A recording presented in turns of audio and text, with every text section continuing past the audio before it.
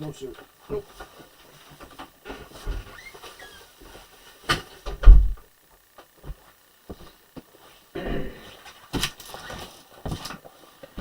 All right, here we are. Here we go. Kick the tires, light the fires. Hello, everybody. Hope you're out here watching the wonderful world of JP Waaaaagh. And let's go ahead and pop these chats out. Pop out the chat. We'll pop out the chat.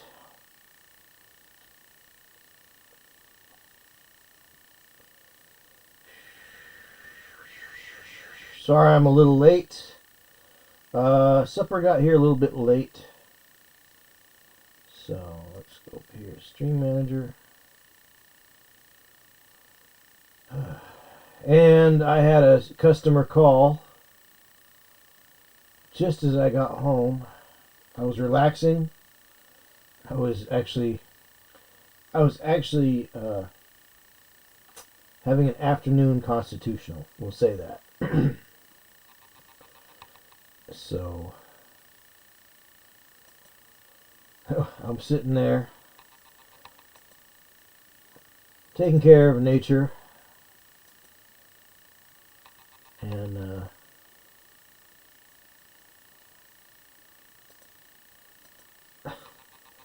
that was ridiculous. I'm sitting there and I get a call from a customer.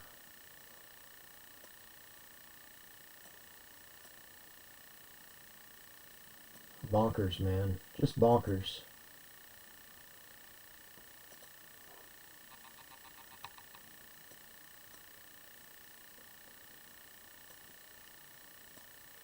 But the customer's only a few blocks away, so I put my boots back on and went over there and talked about their concerns, what they wanted to do. Could they do it? Whatever, you know. I think this gentleman needs to get himself checked for macular degeneration. He keeps saying that all his house is too dark. Looks fine to me personally, but then again, he is close to 80, I think. He's in his 70s easily. Oh. Orc went bouncing off here. So, where did it go? I heard it hit the floor. I heard it hit the floor.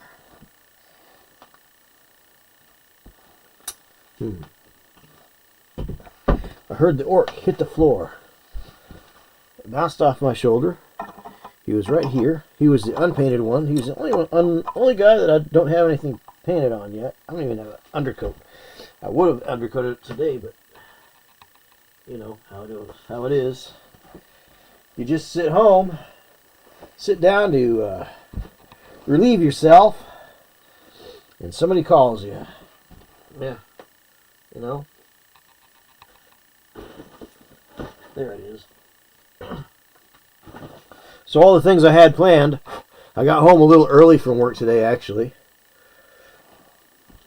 I went out to do an inspection on a place, and the customer didn't realize that he had made arrangements for today. Thought he had made arrangements for tomorrow. So helps to check your phone, you know. Not my phone. I went out there the way I said I would, but customer wasn't ready. Or I'm sure that he was ready, but he just wasn't in a position to do it. We'll say. So, anyhow, we are painting orcs. Orcs. And I had something to drink here, but I left it out in the anteroom. So, let's see.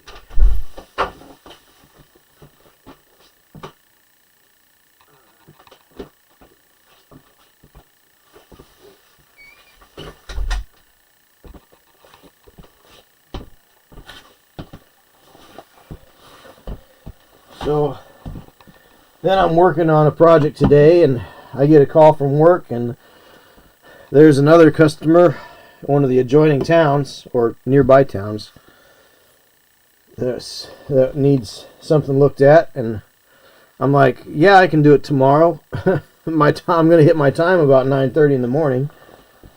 So, but I've had a pretty epic week for getting things done. So, I'm pretty happy about it. It's been a very productive week. So, let's see. Freeze warning. Oh, good. I need to see about getting the little capsule for my let's see. Let me put on the put this in here. See if it sounds better this way. Let's see. Open up the OBS. Yeah, it's got to sound better. That's a much better.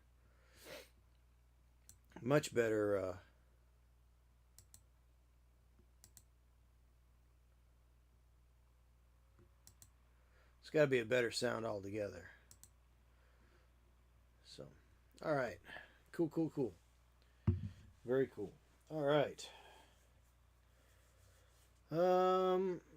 Yeah, so nobody's in the chat yet. Probably nobody's really watching tonight. That's okay. It's Thursday. I tell you, the weather is beautiful tonight. Tonight. So if nobody's watching, that's fine. I hope you're outside doing something fun, because we don't have too much good weather left. Middle of October being what it is.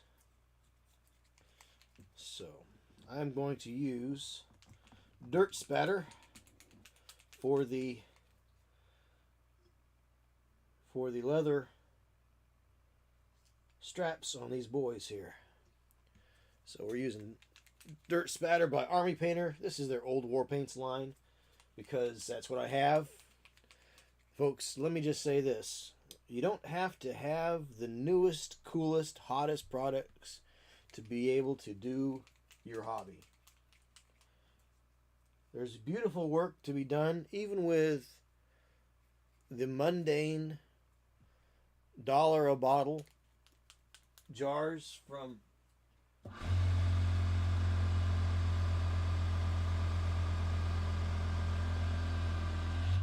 the department store, whether it's Target or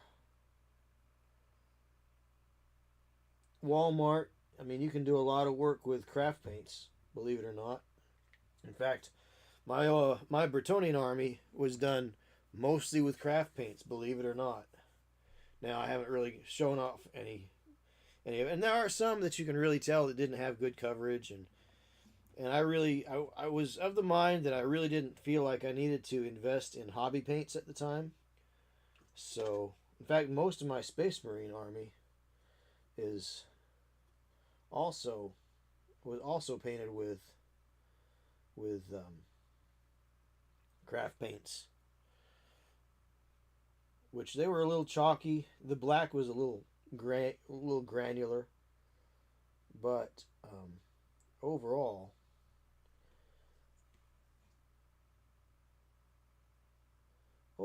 you know, I had a good time painting it, and I had a good time painting my Bretonnians, and really, that's kind of all that matters.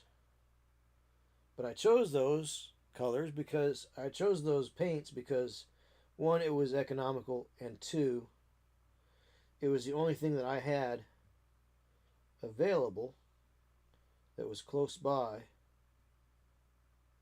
to get. So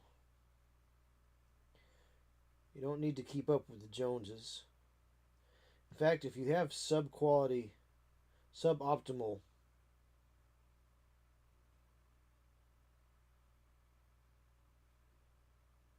products to use, it may even help you be better when you get better quality products to use.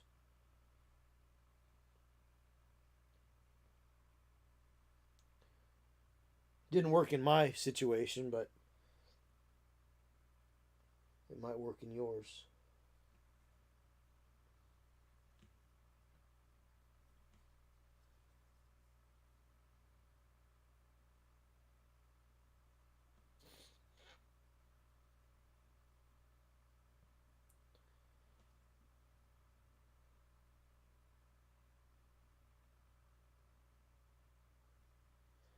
So if you want to check out something really cool that's not hobby related, but it's hobby related in that the person that produced it is an award-winning painter, and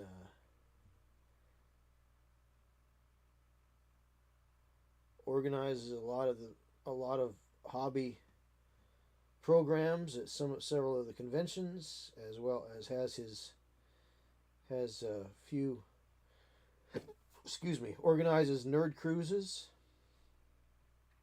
Go check out Neil Duffy at MI Floridian. MI Michael. That's Mike India.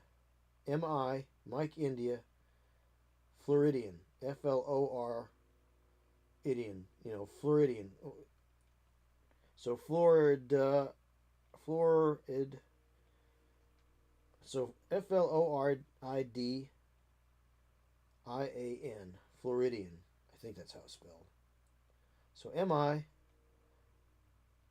Mike India Floridian. And check out his homesteading posts. Pretty neat stuff, man. What a life, right? He hobbies, makes a living from his hobby, and he's figured out a way to cut down on a lot of the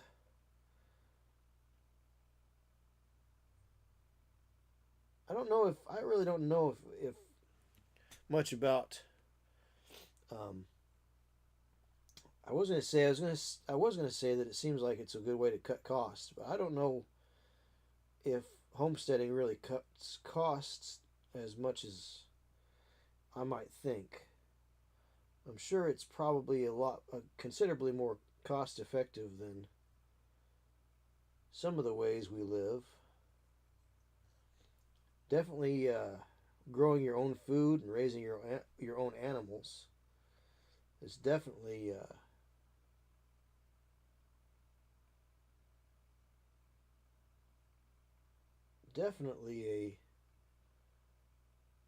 sorry, lost in thought. Definitely do it,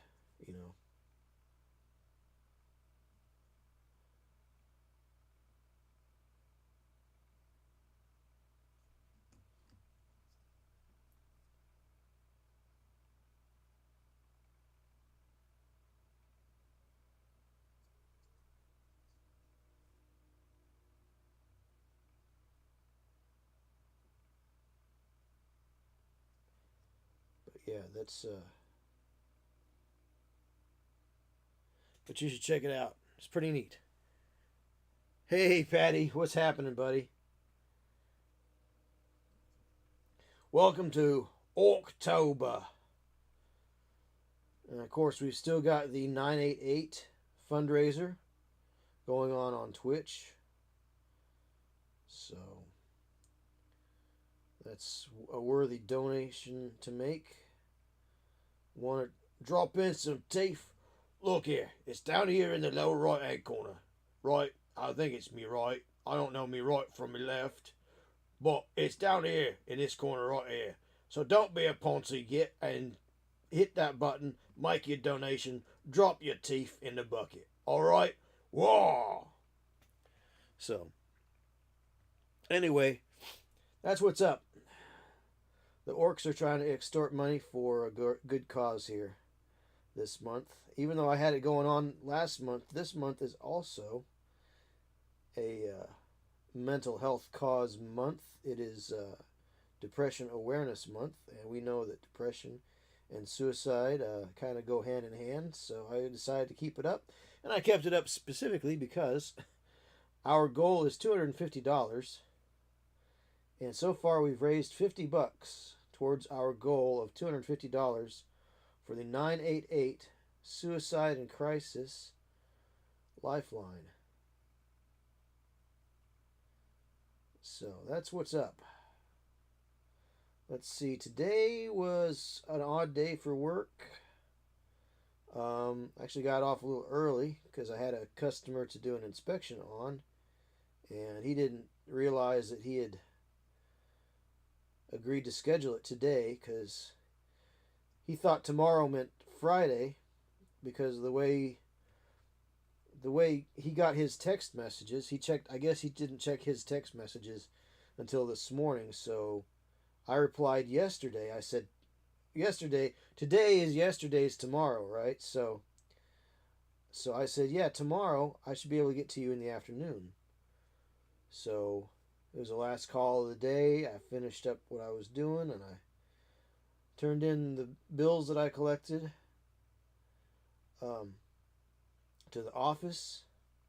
The secretaries love it when I turn in customers' checks, and so I went out there and I noticed that his truck was parked in such a way that I couldn't get to the property.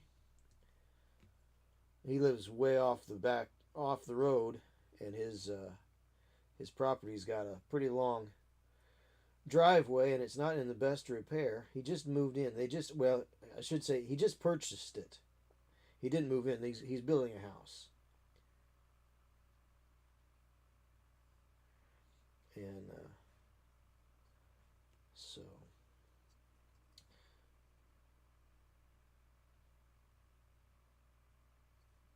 so I drove all the way out there for nothing.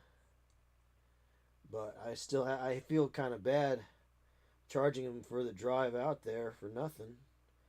I still got to charge him for tomorrow's visit, and I have to charge him for Monday's visit because he had one of his buddies that was from the neighboring state come in and do the electrical panel, do the service. Well, I opened it up. It's 200 amp service. Now they used copper, which is fine. I usually use aluminum because it's cheaper, but they used copper, 2 watt, which is fine. 200 amps is 2 watt. That'll work. But they put in an upside. They upsized the neutral.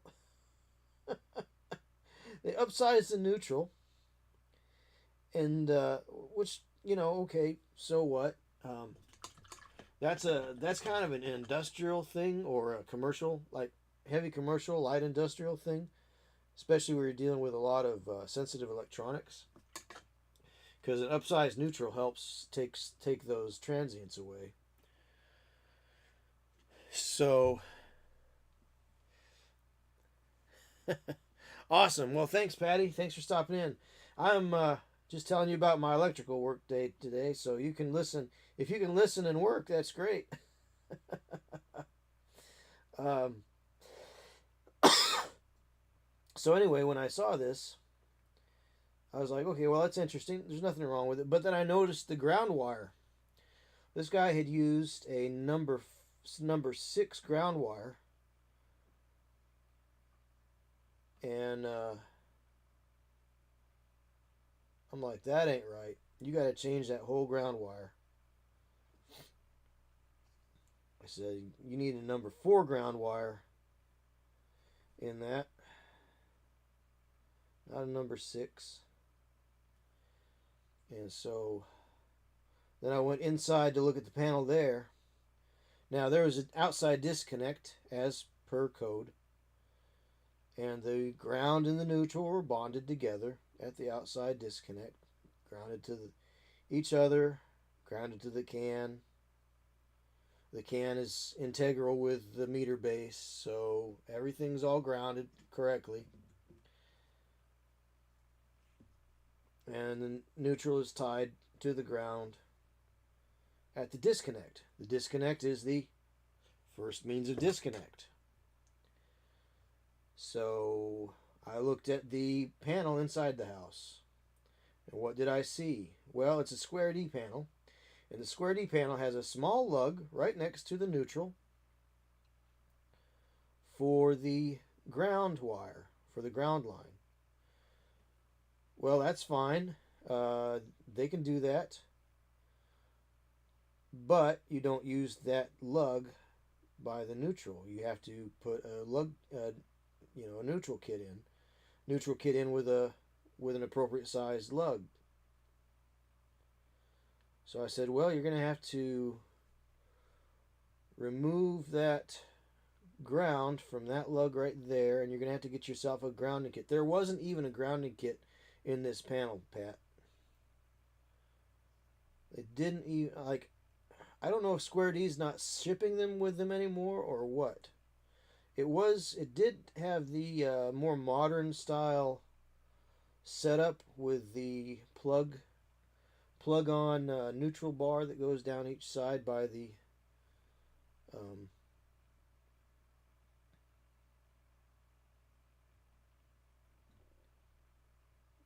breakers, but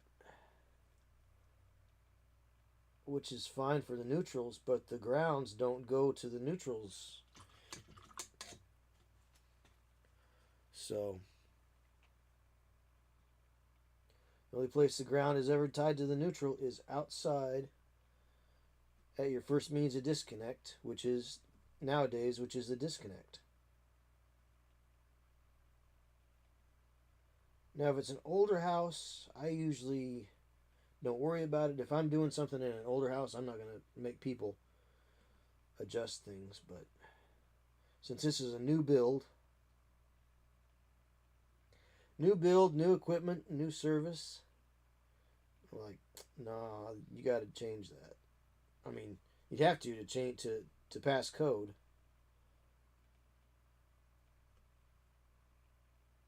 Like I was saying the other night, I found something that was done wrong in a house that we had originally had contracts to do. Well, I think we did 3 out of 4 of these retirement cabins. And cabins is a loose approximation. They are full on 3 bedroom, 2 bath. I mean, they are nice places. Retirement, nothing. That's they're just nice houses.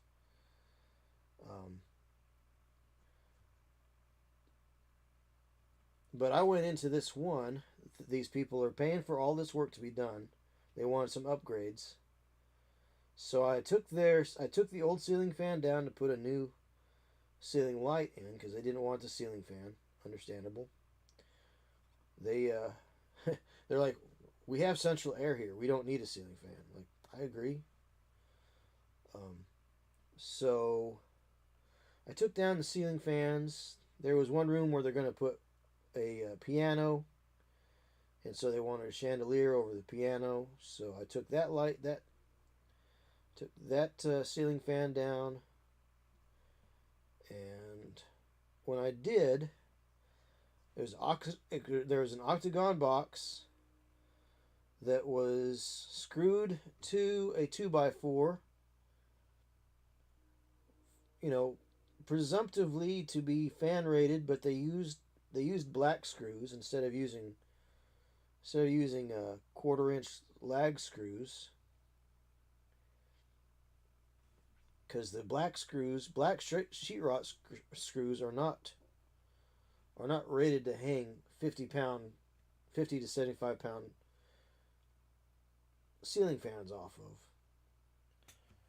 So I took those screws out. I took the octagon box down, But the real kicker to that octagon box is they had just run their Romex right into the back of it, right through the 2x4 that they had mounted up there. Nothing wrong with mounting that 2x4 between joists. Nothing wrong with that at all. But these jokers didn't even... They didn't use a Romex. They didn't use a connector. They didn't even put a black bushing in. Now, I use the NM940s, NM940s and NM95s a lot of times for my Romex work. Because the little screw-in ones, they're just fiddly and they take a lot of time to work with. But they couldn't be asked to even put just a bushing in there. And I sent a picture of what I found to my boss, my big boss, the company president. I said, remember those cabins that we didn't get the contract for? I said, this is what I found in the one that we didn't do. And so he texts me back. He says, it's always nice to know that I've got guys that do work the right way. So, or know how to do work the right way. Whatever it was a nice vote of confidence from my big boss. But the thing is we did 3 of those, 3 out of 4 of them. The first 2 that we did were on a remaining. Well, the first 2 that we did were on contract with the other company that I was working for here, but that gentleman sold out and got bought out by the company that I work for now, which is fine. These things happen. My boss at that first company, he was looking to retire and get out and go do some other things, so he did. And the trucks and the tools and the 2 guys that were left went win the deal. So that was pretty good. I mean, it was actually a really better deal than what we were getting before. I mean, our pay went up. We had to sign in for the union because it's a union shop. Good, bad, indifferent. I'm kind of hot and cold on it,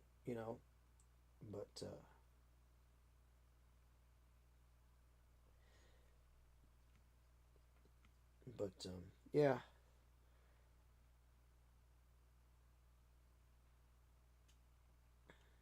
Anyhow, we did a couple of those while we were independent.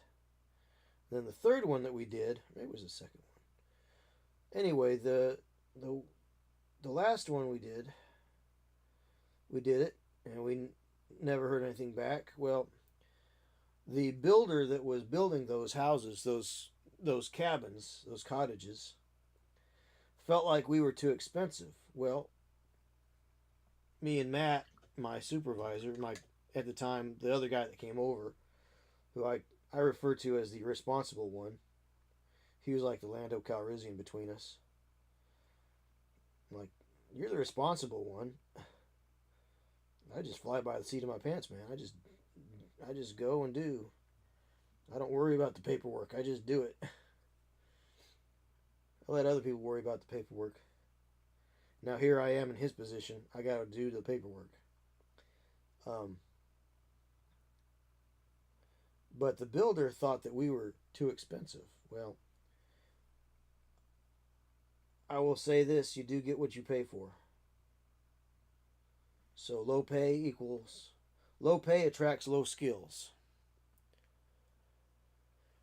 So, but yeah, thanks for the like and thanks for the chat, and appreciate that, Patty.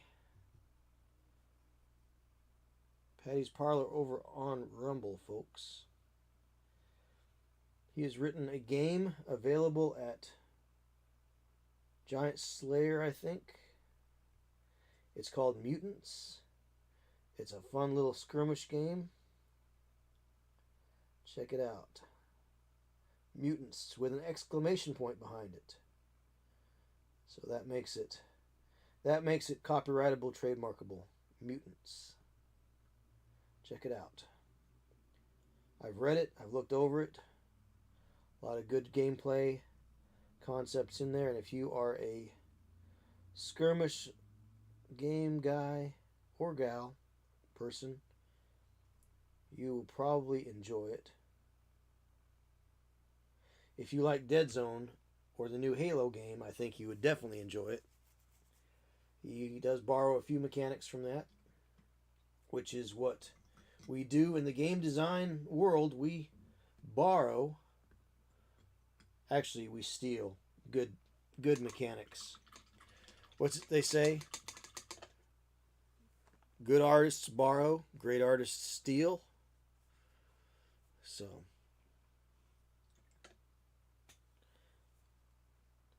all right. Oh, let me lean back here.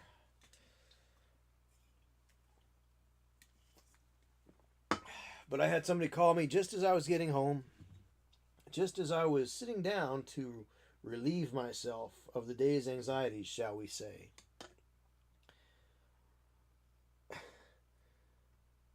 I got a call from this guy. This is a customer that I did some work for a couple of weeks ago, wanting more lights. More lights!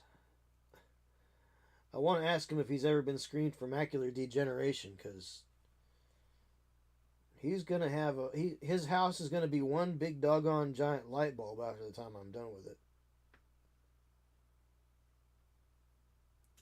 It feels like.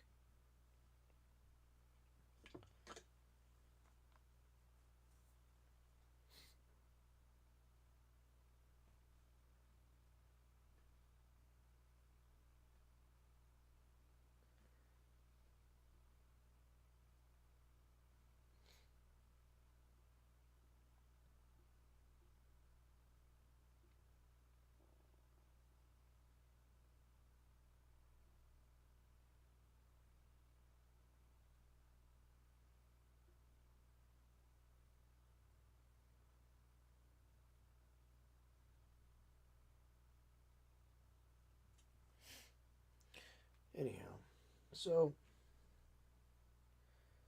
I had to look at that and figure out when I can work him into the schedule. Add 6 more fixtures in his great room.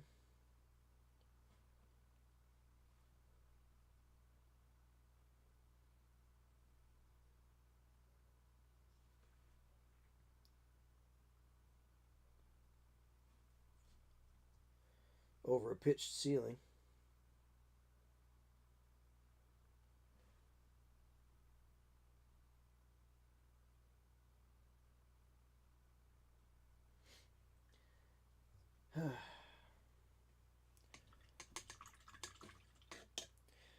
But I was trying to work out my schedule so I could have tomorrow off, but there's one of our corporate customers needs something done over in one of our nearby adjacent cities.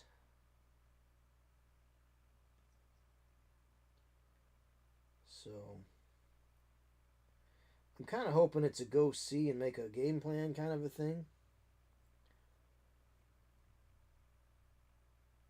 Because that means that I get to go out and take a look, make a return trip on that inspection to see if they rectified that.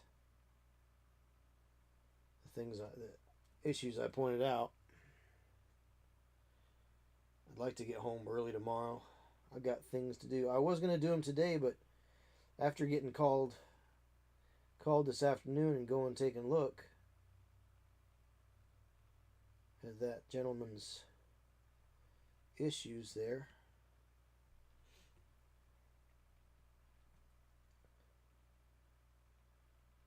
was not in a position to.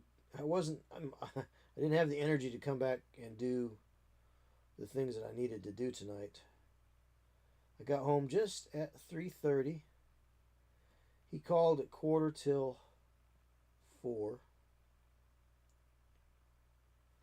So I went over there and I got home at probably 4:30 after meeting up with him. It's like, well, okay. So I came back at my usual. I got home at my usual time tonight.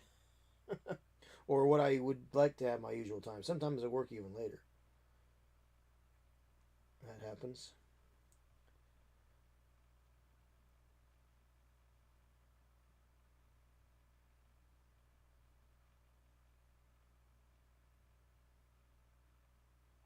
Oop, that's not leather. That's a metal spot. Could be leather.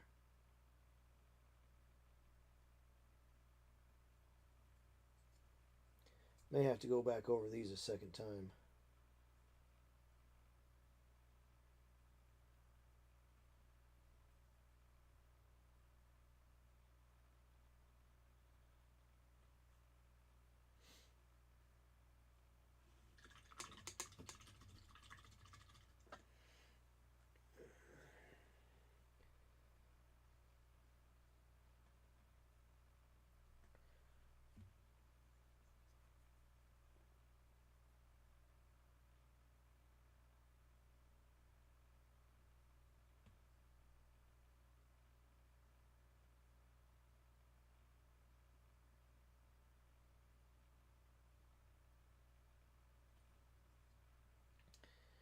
Let's see.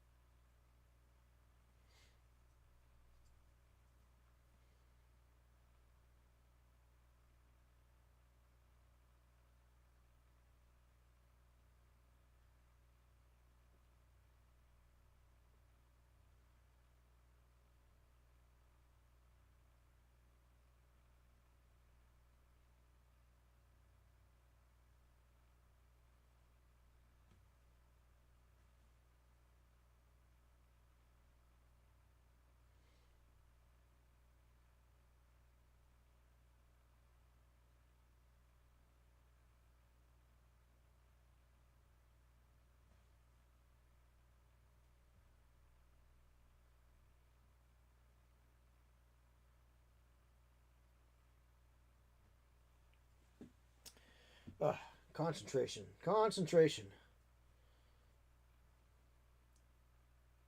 It was an old board game called Concentration.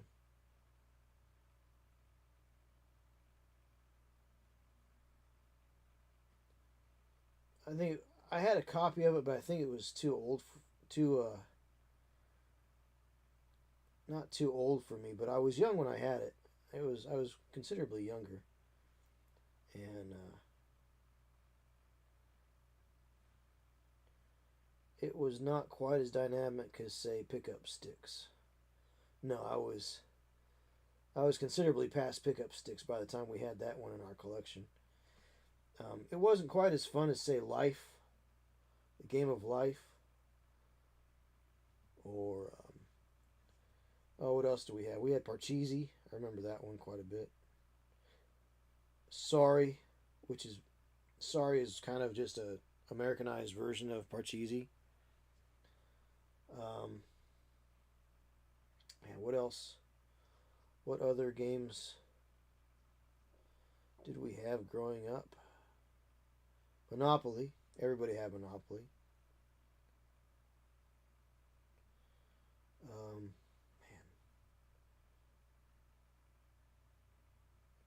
Just don't remember what other games we had in the house. Let's see. We had the Ewok game. The Ewok. I want to say it was Battle for Endor, but it wasn't Battle for Endor. It was like not Wicket's Big Adventure, but it was an Ewok game. It was pretty cool. It was a board game. based on the Ewoks from the Ewok cartoon. So they used all the art. They used art. Well, art assets that were based on the cartoon. I don't think they actually came from the cartoon, but they were in that style. So.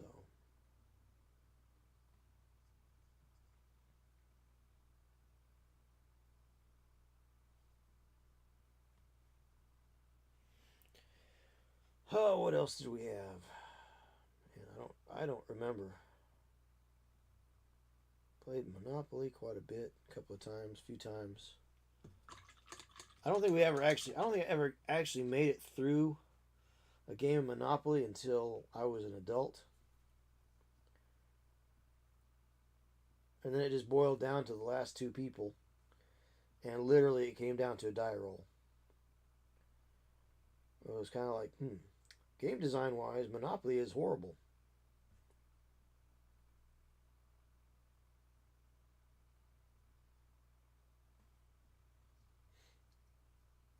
It really is. The more you learn about game design, the more you find out that some of these beloved Parker Brother titles nowadays just aren't. Hey, Cav3L, good to see you. How's it going tonight for you? Some of these oft-loved titles from the department store by Parker Brothers or Mattel or Hasbro or whatever, they're not great. They're just not great games. They might have been great for the time, and they fit what they wanted to sell, but they're not terrific games. Well, Cav, I am painting orcs. This is Orktober. So, I'm an orc. Hello, Gov, I'm an orc, right?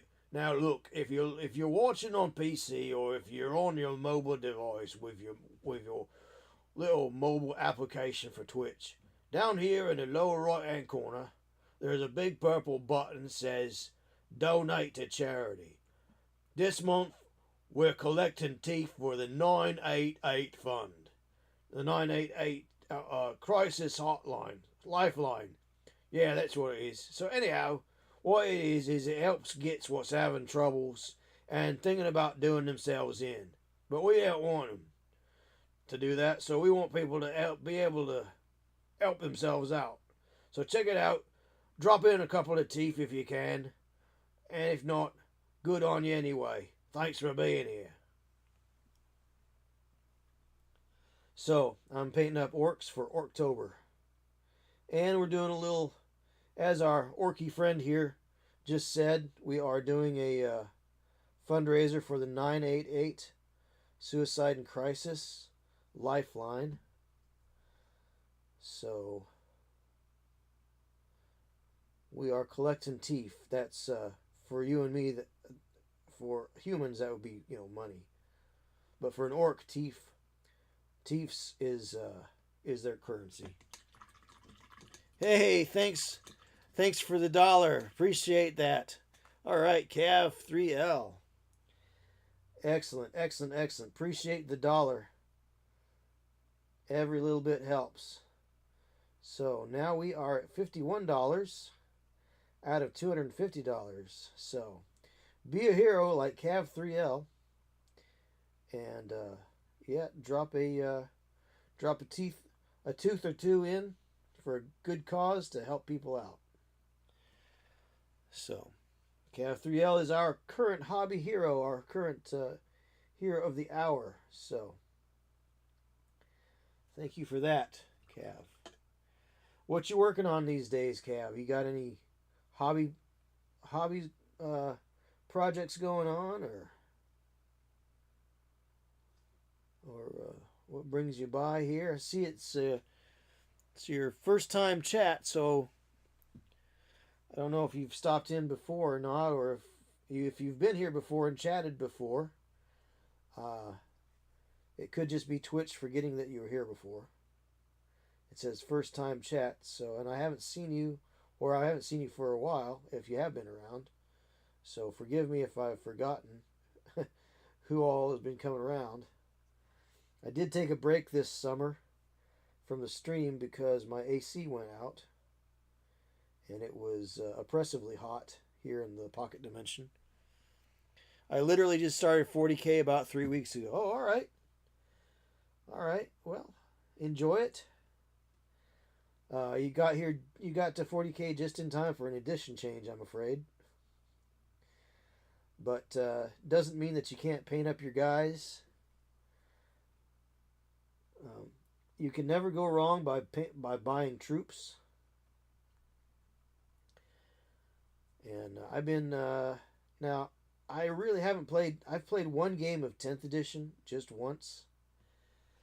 I really enjoyed 3rd through 5th edition personally. I tried 8th. I tried 6th. Played that for a little while. Then I wound up in a band somehow, and had to kind of give up playing 6th. But 6th wasn't around very long. It was like less than 20. It was less than 24 months that they brought 7th edition out, because 6th had just been bollocksed so bad.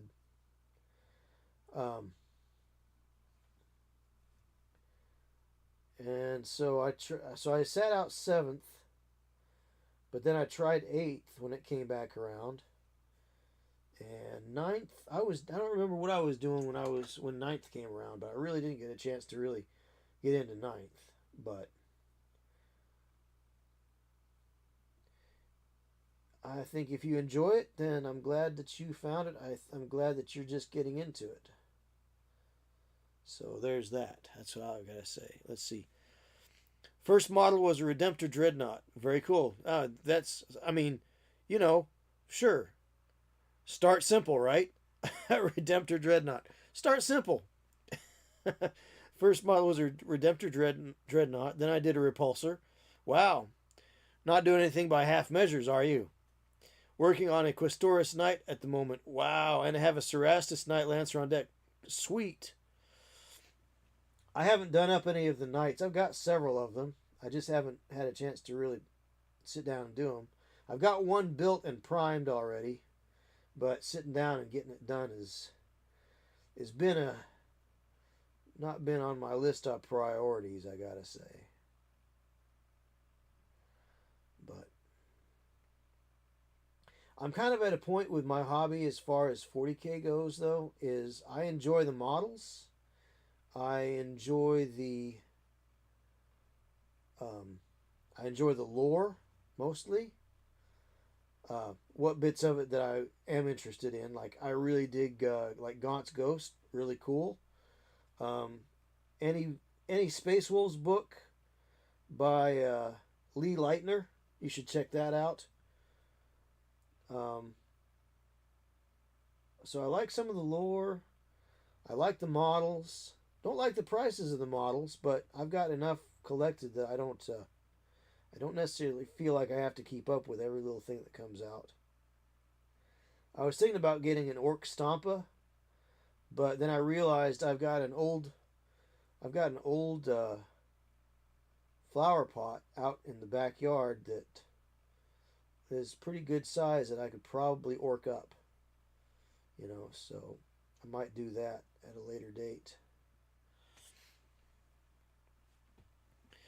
Yeah.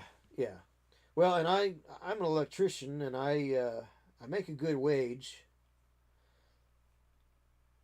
But for me to feel like it's expensive, that's kind of telling, And I live alone. I don't have a lot of expenses.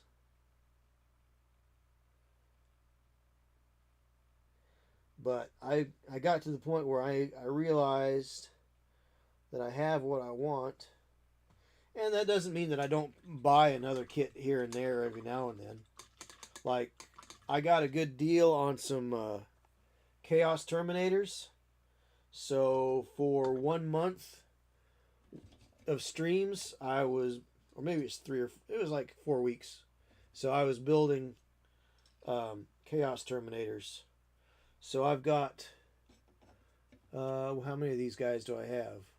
Like 27 Chaos Terminators, something like that. So,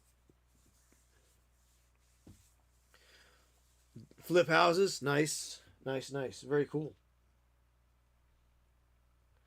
Yeah, one of the coolest pieces of equipment that I've been selling people on. They always ask for can lights. I'm like, no, you already live in this house, so you don't want me to try to put can lights in. I said, look at these little puck lights, the little remodel pucks. Those are the bee's knees because they're just thick enough. They're the same thickness as the drywall. So you cut your hole. Hopefully you can run your wire up there and attach, make your connections and pop it up in the hole. And even if you've got a joist or a stud, usually a joist, not a stud. Studs are walls. If you've got a joist that encroaches on that hole that you cut, it's no big deal because those pucks only have 2 attachment points. As long as you can get those springed in, you are good to go. Yeah, there's a lot of really nifty stuff they make for remodel that most people don't realize even exists. I like remodel boxes, generally speaking. I just did a total upstairs rewire for somebody. And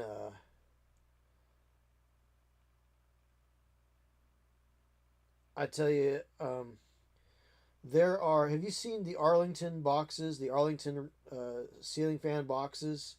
They've got some that clamp over the joist, and they're kind of a saddle box. They kind of look like a cowboy saddle. And then there are the kind that they just have one side that has an elevation on them, and the other is like only 5/8 thick. So it's kind of like a modified saddle. You might call it a side saddle. But those are really handy for when people want to put in ceiling fans, but you have an encroaching joist. They've got some pretty decent remodel boxes, metal ones too, for ceiling fans. But anyway, I had to. Each room had a different challenge with getting a fan rated box into the ceiling. So I went to Lowe's and I just got like 4 of each kind because I didn't really know what I was going to run into once I started opening up the ceiling.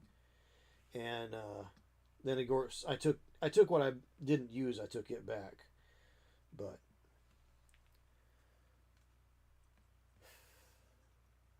let's see. Let me get rid of this bot here. Excuse me. We're going to do some admin work here. We are going to report bot. Bot.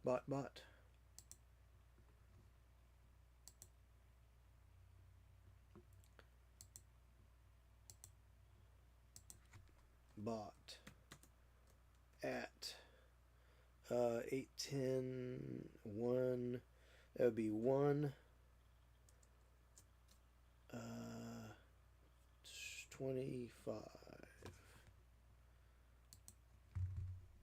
Block the user, and we are going to ban.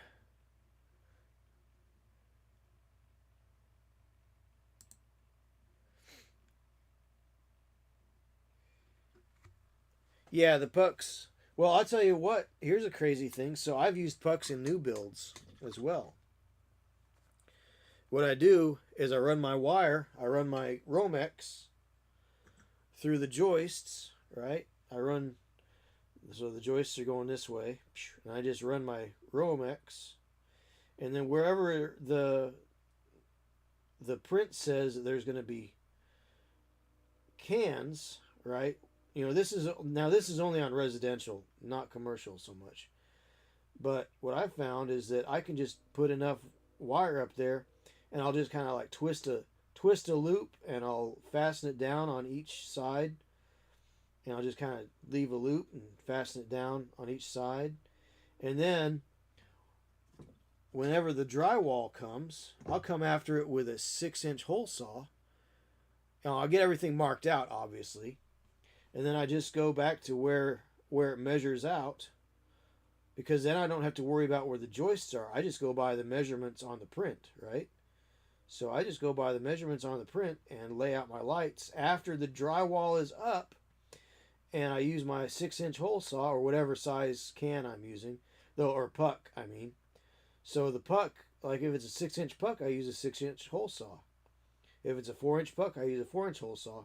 But that loop is up there already, so then I just reach up, grab it down, put that, make my connections in the box, put it up, snap my puck in, and as Orks would say, job's a good 'un. So even on a full gut, you can use those pucks. Or on a brand new build, you can use them. In fact, I kind of like using them on a brand new build, because then I don't have to fuss and fight with cans. They're so rickety,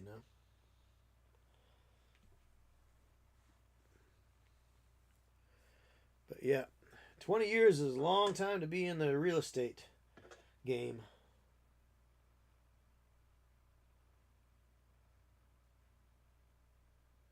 But I've been doing electrical work my family owned a business. So I kind of learned the trade there, and then I went away, and not like prison, not went away, but I mean, then I went to work for a large outfit that my dad and uncle had both worked for. So I worked for them for a few years, got some more skills, learned some things, and came back, took care of my granddad for a little while until he passed away. And then the family business wasn't doing too well. As you can imagine, nobody seemed to really want to take it on. And I had offered to help, but, it's funny when you're the firstborn, they always look at you to be the guy to take care of things, and then when you offer to take care of things, this is funny because I've read this. This is a firstborn issue. When you are firstborn out of your whole family's kids, all the grandkids and the like, it's like they always expect you to do all this stuff, but then they get upset that you don't know how to do it, or they are upset that you want to help and they won't let you help. It's really weird. I read a report on it one time, and it seems to be a weird psychological thing that people put on firstborn children. Very strange. Yeah. Yeah, 5 siblings. Well, I have one blood brother, 2 stepbrothers, and 2 first cousins that lived close. So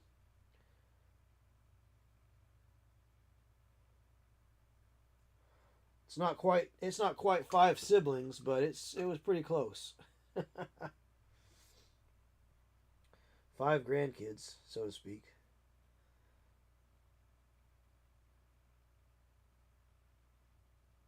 Us 5. But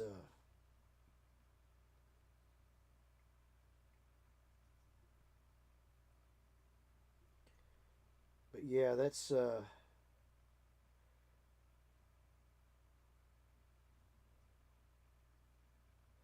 it's just a kind of a funny thing the way people treat firstborns. I don't know if you've had any of those weird situations where people look at you like, why aren't you doing something? And then you're like, well, what do you want me to do? And then they get upset that you don't know what to do. And then you're like, well, I told you this needed to be done, and I suggested doing it, and now you want me to do it, but you didn't give me the support that I needed to be able to do it. It was really weird, man. 12 brothers and sisters. Know all about cousins. Wow. Wow, that's crazy. Your poor grandma. Oh my. 12 brothers and sisters.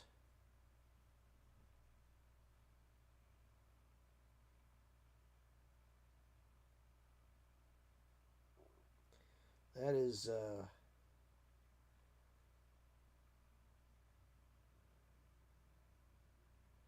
that's some sports teams right there. You could play you could have first and second string. You could have 3 strings of basketball plus alternates. You got 1 full baseball team plus replacements. Football is 11 dudes, right? So that's 1 team, 1 complete team with a spare substitute. That's pretty wild. That is pretty wild. So you'd have, so if you had if each child had 2 children, that's at least 24 cousins. At that point, you start needing a scorecard to tell one from the other, I think.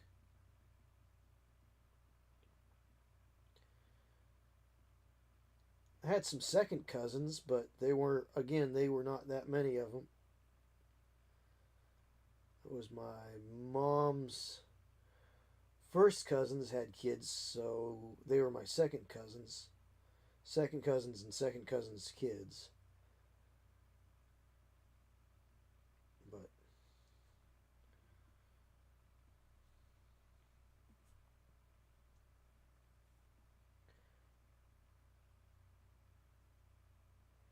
so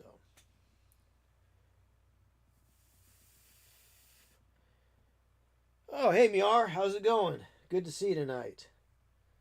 So Cav is our is tonight's hero for the 988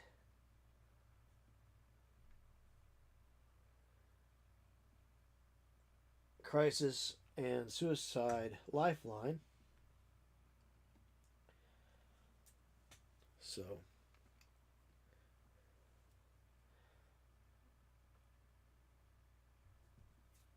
Miar is a regular here in the pocket dimension. And we got to hang out a couple weeks ago at DD Mini's house. So that was pretty cool. It's not quite like we haven't quite made it like a regular thing yet. What's it? Adam and Vince Venturella and Sam Lenz and those guys, they get together for VinceyCon. Maybe we should do a DDCon. Actually, ironically enough, it was for a convention that we went and got together there, but who knows if it'll be a regular thing. Or maybe it was just a wild one-off thing.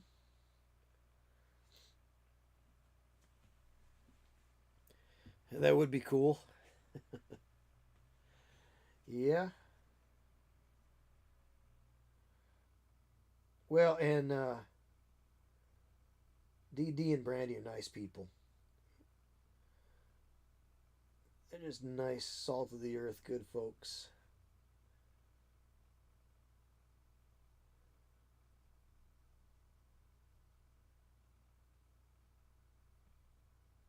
Not complicated.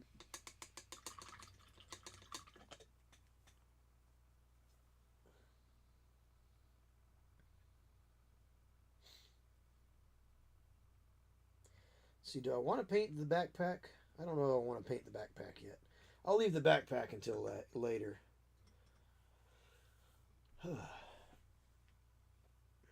But it has been, I'm glad this week is over. It's not been terrible. It's been pretty productive. But I was hoping that I would be in a position to have tomorrow off, but those last minute calls come in, you know. So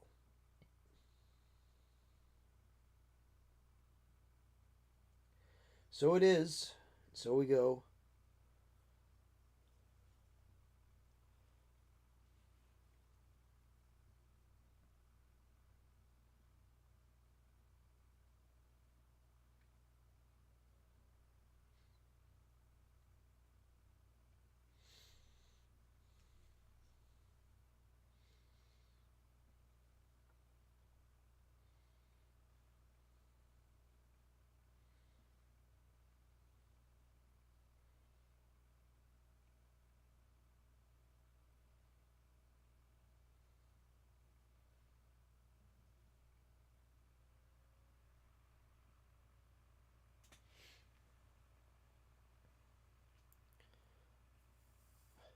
Yeah, Cav 3L is not doing anything in half measures there, Miar. Cav 3L is absolutely knocking it out of the park with what they're working on. Those are some really ambitious projects. Now, Cav, did you have any previous experience with like scale modeling or any other kind of painting figures or anything like that, or was it, oh cool, 40K, let me try? Kind of, what are these? What is this place called Games Workshop or Warhammer Store? What is this Warhammer Store? Or is it just kind of like, do you have any kind of art background? Or not that you have to by any means. I'm just trying to get to know you a little bit. I mean, I'm not trying to. I mean, nobody expects the Imperial Inquisition, right? No experience, just jumped in. Excuse me. Well, that's the best way.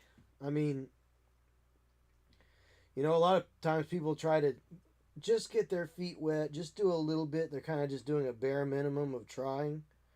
But you just kind of bypass that whole thing.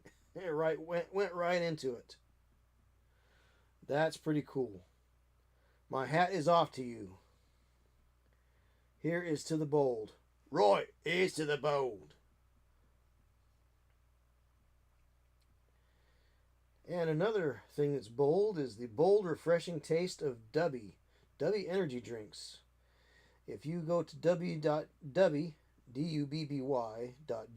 dubby.gg, if you like energy drinks, why don't you try Dubby energy drinks? They come in a wide range of fascinating flavors. And for me, in my experience, and I don't know, your mileage may vary, but the few flavors that I've tried, it doesn't give me the crash down that other energy drinks do. So, and it's sugar free. So, that's w.gg. Use my code ROKKITFUEL. That's Rocket Fuel. ROKKITFUEL. For a discount on your purchase.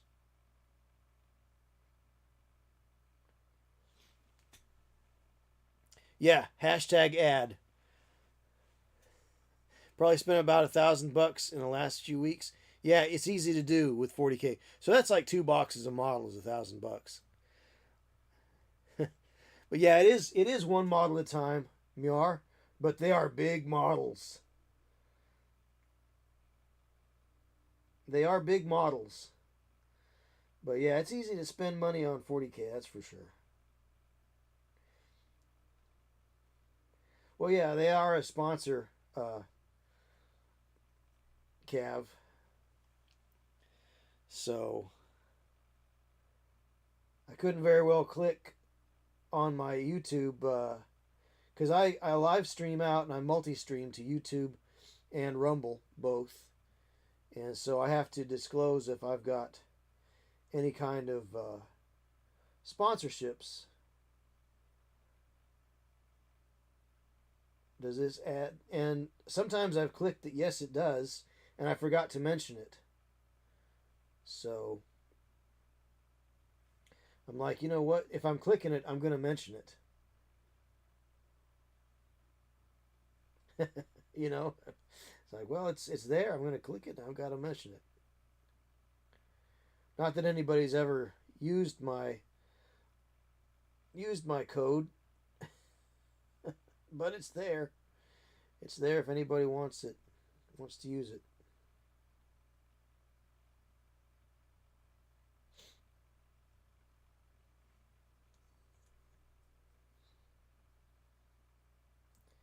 I don't know if tabletop gaming is quite the right crowd for energy drinks.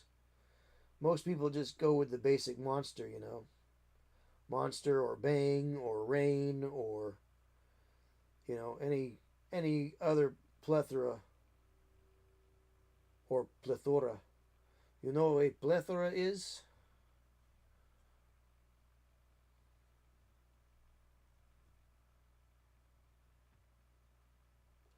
Now that's kind of a hard spot to see, so I don't know why I really care about it. But there it is. Alright, so he's pretty well done. Belt and straps and the like. And I got a few things out of place, but that's okay. He's an orc, it doesn't matter. Yep, coffee. Yeah, coffee is a thing. I like a good cup. Sadly, one of our local coffee houses just shut down. The guy got tired of running it. He did it for 11 years. I did all the electrical in there. And I went over and I replaced a light in their pantry here, I don't know, 3 weeks ago. And last week there was a Facebook post that they were shutting it down after 11 years because I think he's actually retiring. He's a guy that really he had an accident. What had happened? This is crazy. He was riding his motorcycle, and I think AEP had a issue. They had a line went down just at the same time where he happened to be riding through the area, or it had just gone down a little earlier, or maybe they were doing some maintenance. Anyway, what happened was he rode into that line, and it messed it. You wouldn't know it, but I guess it messed him up pretty well. And so he obviously got a lawyer and he sued and got a lot of money, and then he reinvested it in a couple of things around town. And I mean, he didn't even really have to work if he didn't want to, but he came up with all sorts of interesting business ideas. But his coffee house, he actually went to, I don't know, Bolivia, I think, and visited his coffee growers. He actually had coffee growers, so he actually got direct product right from them.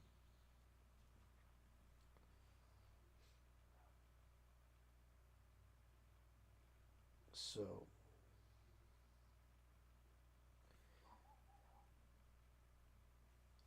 when he was talking about going and visiting all that stuff, I'm like, how does this guy, he's just starting out with his coffee shop? Then I learned who he was and what he was all about, and I'm like, oh, he's not really running this coffee shop because he needs a business. He just needs something to do. He needs something to keep himself occupied. I mean, it was really a hobby job for him, quite honestly, or a hobby business. I'm sure it was turning a profit, or else he would have probably closed it down a long time ago.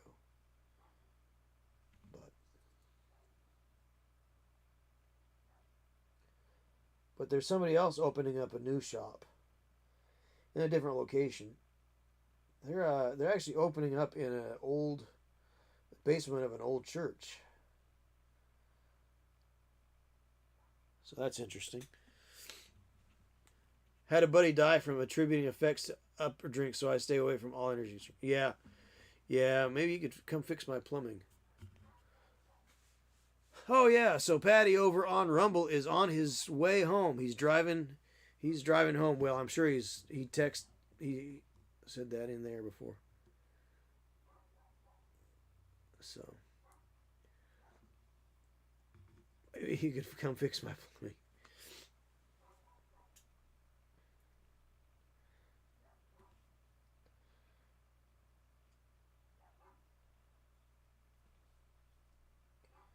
But yeah, coffee is. But the thing that's always quite vexing about that coffee shop that he was down there right next to the university, but they would shut down like at 8:30 at night, even on weekends. Kind of made me mad because a lot of times there was something going on downtown, or I'd gone out to eat with friends and I wanted a cup of coffee before I went home, and I just kind of would have liked to have like a, I don't know, you might call it like an after party where you're just hanging out with your friends a little bit longer. Kind of an excuse to hang out with your friends a little bit longer, you know. Hey, let's go to the coffee shop. Oh, okay, you know. Because you're done at the restaurant. So what's next? Well, let's go to the coffee shop. Okay. But there's a couple of coffee shops opening up. One just opened up. And last week they had, on Tuesday night, they had a chess tournament. They had a chess tournament last Tuesday night. Unfortunately, I was here painting last Tuesday night. Well, fortunately I was. Well, I guess. I would have liked to have gone. What I'm saying is I would have liked to have been able to go to the chess tournament. But I know I wouldn't have gotten far. I'm not a very good chess player. I'm okay sometimes. But I have not been keeping up with my buddy who is amazing. So I have not maintained my skills lately.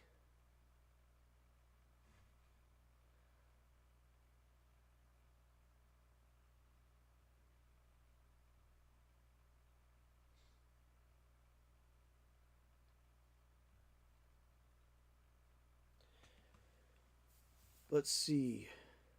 I put Twitch streams on my speakers sometimes. Okay. That's cool. Well, I'll try to keep talking so your speakers are not quiet all the time. But as you know, Miar, I do tend to get lost in the process, and I will suddenly stop talking at times. That happens. But yeah, sometimes. Anyhow, there was that chess tournament last week, but I didn't get to go. Not that I forgot about it. It's just I had other priorities. But it was on a Tuesday night, which is a really odd night for that kind of thing. Of course, school is in session right now, so maybe that's why. Don't know.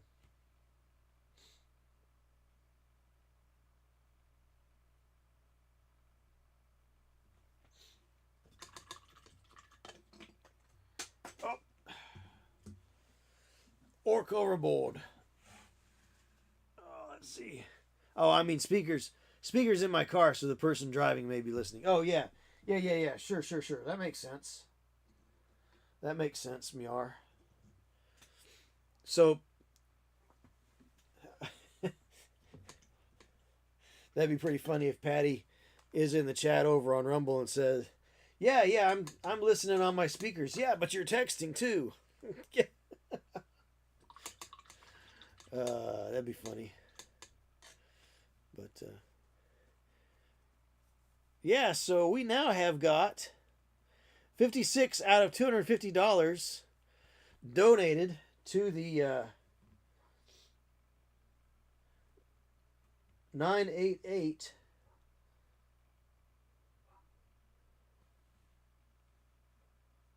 Suicide and Crisis lifeline.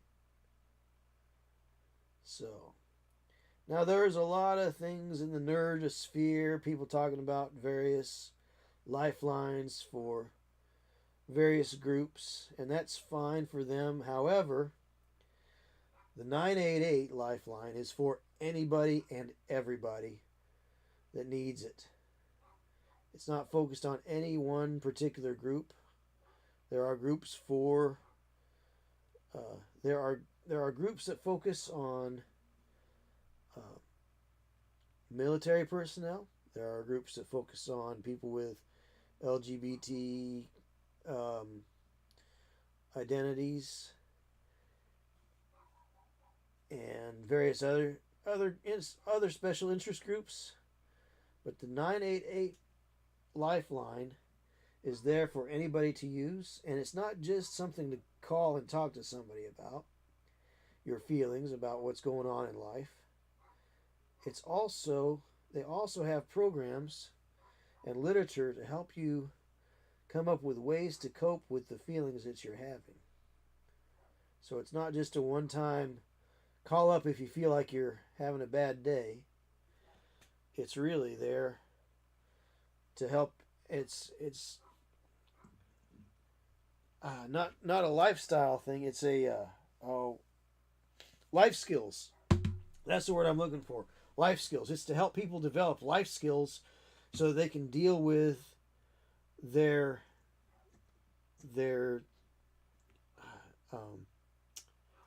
they can deal with their feelings, find ways to cope. So I thought that was pretty good. Which I've done, Miar says.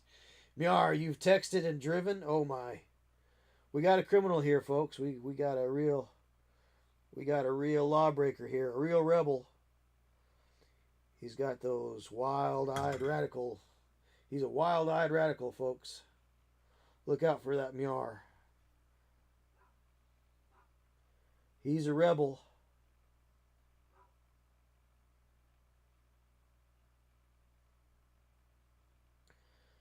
So far we are at $56 out of 250. So thank you to everybody this evening who has so far made a contribution to the 988 Suicide and Crisis Lifeline. I always want to say hotline, but it's not a hotline, it's a lifeline. They call it the lifeline because they want to help people develop those life skills. It's not something that they want people to call if you're in a position where you need a hotline, but it's a lifeline. So it's all in the way it's worded. It's what it's called for good reason. Now, since these orcs are kind of, what you call them? These are kind of just troops. I don't know how much detail I should go into. Maybe I don't have to get every little crook and nanny on these, you know.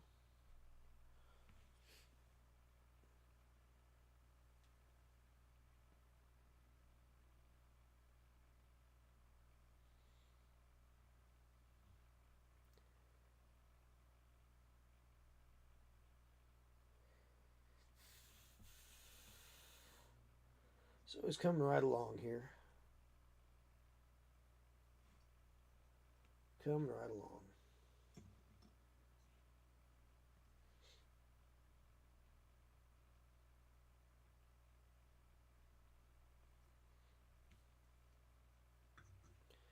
Get a little bit more of this dirt spatter brown.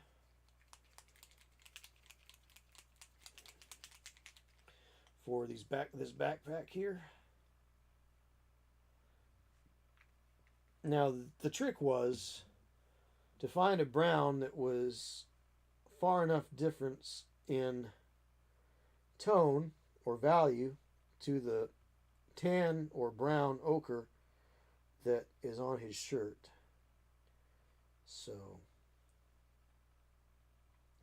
that was the trick of this particular squad of, or pod of guys. Boys.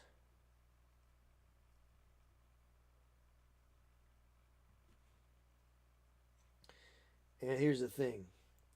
Don't get too worked up, folks, if you don't get every little thing covered up, or you have brush strokes that don't go exactly where you want them to go. It's okay. You can fix it later. And nobody's going to notice from 3 feet away. It's not always, you don't have to do display quality work on every figure that you pick up. Now, if you want your whole army to look display quality, that's great. But you shouldn't have to feel like you have to wait to put your army out on the table if it's not display quality. Go ahead and play it. You can work on your paint work between games. You know, you got to go. You can't be at the game store all the time. You got to be home sometimes. So while you're home, why not throw a couple of licks of paint on your army to get it closer to that display quality level that you want, if you're trying to go for a display quality level. But don't let your lack of painting keep you off the table. Now, obviously, you want to take a painted army to your game store to play, and consider it a point of courtesy to play with a painted army. I say that having not always done that, but I've had a mostly painted army where I've had at least a squad or two painted up in good faith. And then every time I showed up, I had more and more of it painted up until I had the whole army painted. And then I bought some more dudes and started more squads. Specifically my bolt action stuff, which I played for a while. I was playing bolt action in 1/72nd scale as opposed to the Warlord games. So I would just get, some of the cheap plastic 1/72nd guys made by Emart or Esky or Revell. I would get those because they're cheap. It's 11 or 12 bucks for a box. So, and it's World War II. It's not like a Space Marine. Space Marines tend to have a little bit of a character that you're looking for, and the rules kind of do a pretty decent job of reflecting what they look like. Believe it or not. I feel anyhow. I've never really felt anything else. There have been, well, what I'm getting at is, so I got the Gates of Antares rule book, right? Because it was on sale from Warlord Games. I got the Gates of Antares rule book, and it was pretty cool. I read it. It's very difficult to read because it is it's got that British sort of layout to it. It's a Rick Priestley joint, so it's sort of it's got that stream of consciousness sort of feel to it, So what happened was I wanted to use the Gates of Antares for 40K. Well, I started reading the rule book, and there really wasn't anything that I felt like reflected my collection of 40K figures in the best way. It just didn't quite work. So sometimes your figures and your rules are so inextricably related to each other that it's hard to get one to work with another set of rules. Now, I'm all for rules agnostic, miniatures agnostic. The miniatures don't know what rules you're using with them. nor do they care. Oi!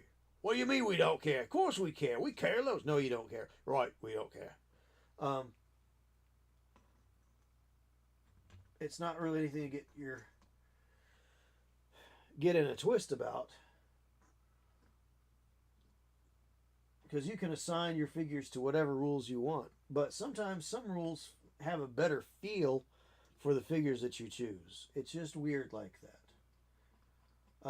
For instance, I work with a company called Sea Dog Game Studios. Not work for, work with. It's a completely different concept. And we have mechs. This happens to be a mech. It's just on the frame, the 3D printed frame. And that is the Sparrowhawk. But we allow people, if you happen to have Battletech figures in your collection that you want to use with our rules, you're more than welcome to do that with the people that you play with. But we feel that our rules reflect the sculpts that we've come up with for our mecha. So, oops, look out. Earthquake here.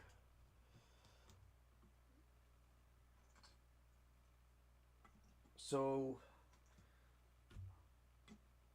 your basic, a Battletech figure, while you could assign it the same values, it doesn't physically reflect our models, or the models that Brian sculpted, I should say, as well as it could by using the models that Brian's sculpted. So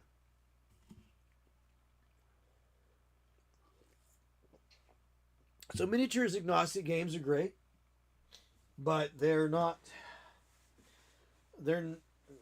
always quite as cut and dried, one for one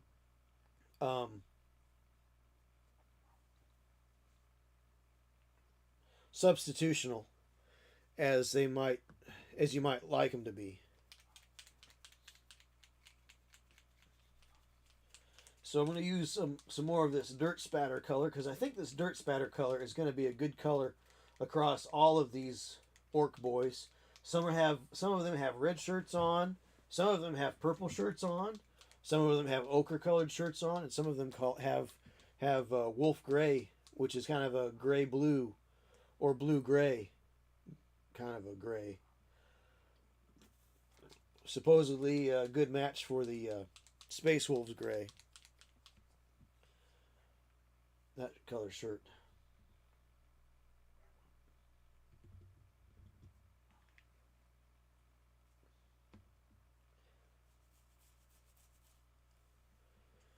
So, and then these guys have a different color blue pants than these guys. So these guys have that wolf gray. These guys have more of an actual blue, dark blue, heavy pigment blue. But I haven't done their shirts up yet, so they're waiting. So there's only 4 of those guys. 4 of those guys with a rocket launcher, with a rocket boy. I love painting denim jeans on some of my orcs, Miar says. Yes, I can imagine, no doubt. Denim jeans and a white shirt, right? I mean, you can't go. That's a classic combination any way you cut it. Remember, maybe you grew up in the 80s, and remember about 1989 or so, 88, between 88 and 90, Levi's jeans were selling their 501s. And so the 501 blues, right? And so all the pictures in their ad campaign was guys in blue jeans, or gals too. People. Make like Pat from Saturday Night Live. People in blue jeans and white t-shirts or white tops, t-shirts, tank tops, what have you. The American classic, right? James Dean. blue jeans and white t-shirt. Goes a long way, really, when you get right down to it. Hey, while I'm doing this, let's try some Merlin's Magic Medium. The white tends to break out the pigment a little bit. So I've been using water, but I like Cuttlefish Colors Merlin's Magic Medium. It's kind of an all-around. It's between a wetting agent and a acrylic medium. I'm sure he's got his own. I'm sure the Cuttlefish Colors have their own proprietary mixture there. A little column A, a little column B. So it's definitely got acrylic medium in it, for sure.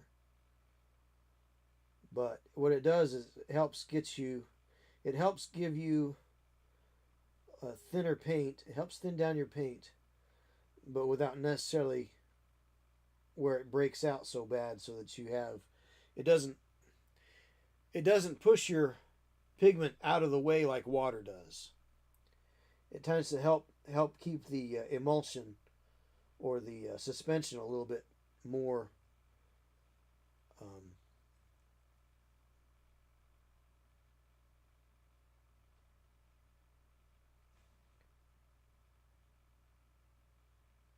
more cohesive. That's the word I'm looking for.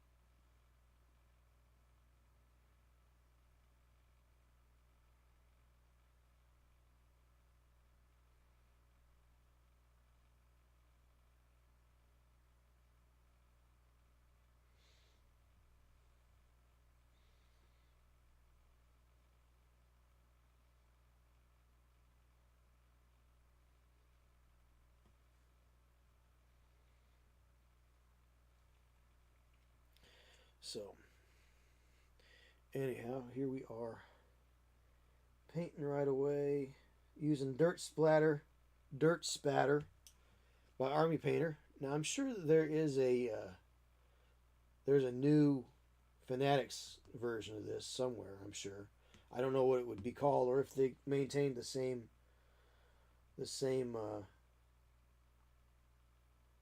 naming conventions, but it's kind of a medium brown, isn't it? It's sort of a medium red brown. It would actually look good as a highlight for oak brown, I think.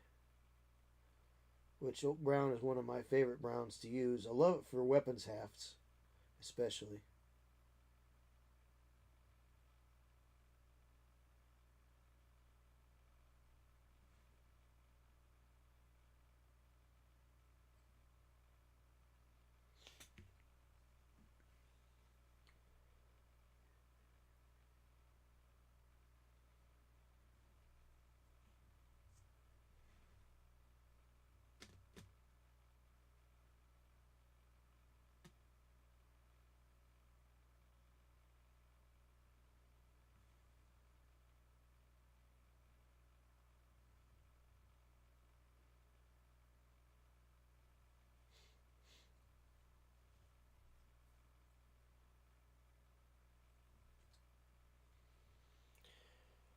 Oh, getting to a point I'm going to have to get up and stretch because I'm kind of sitting here getting a little stiff in the old back here.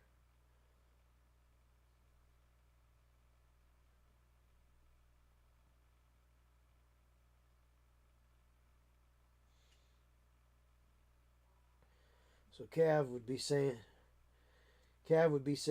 "Oh, I've only painted 3 models for Warhammer over the last month."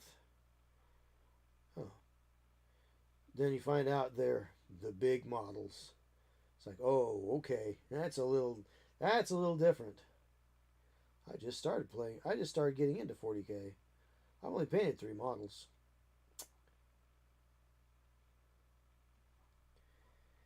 If you want to see some really great model painting, you should definitely check out my friends Dave and Jake on their podcast, Build, Paint, Play, on Tuesday nights at 7 o'clock p.m. Eastern. If you're interested in the hobby at all, if you're interested in some of the people that make the hobby go, people that are doing incredible, interesting things, check out Build, Paint, Play on YouTube at 7 o'clock. Now, I'm not getting any kind of interest for saying that by any means. It's just I happen to watch it and I happen to like those guys, and it's a pretty cool little thing to watch for a couple hours. And then after watching that, then you can come over to the Pocket Dimension, and we'll spend 9 o'clock to 11 o'clock on Tuesday nights together. That's Eastern time, by the way.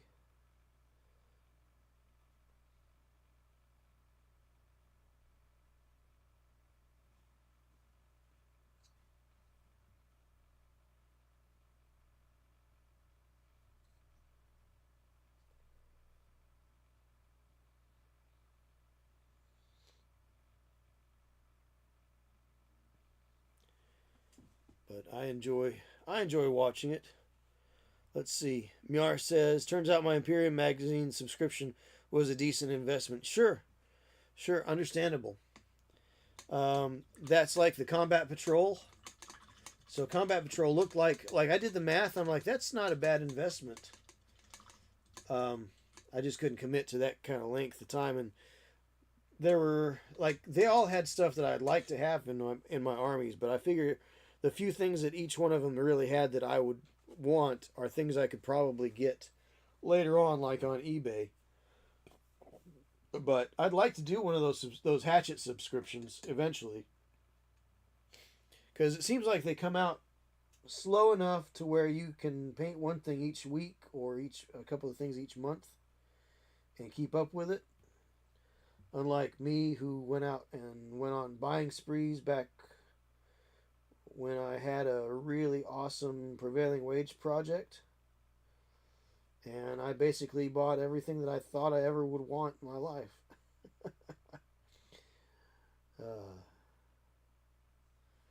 And I pretty well did. I mean, my Warhammer spending really went down quite a bit after that particular job. And it was just before they re-released or redid the Dark Eldar. Was that back in 2009, maybe? Thereabouts. 2009, maybe 2010, something like that. Anyhow, whatever it was,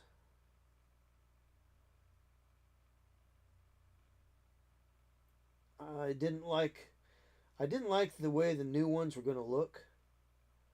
So I liked the old ones. Kind of quirky and funny looking, So I got a bunch of those. Still have to do a lot of work on them yet. I could sell them and come up with the money for a new sewer line. Yeah, there you go, Miar. I mean, just don't take them to half-price books. Half-price books is like, oh, we'll give you 38 cents for those, and try to sell them at collector's prices on the shelf,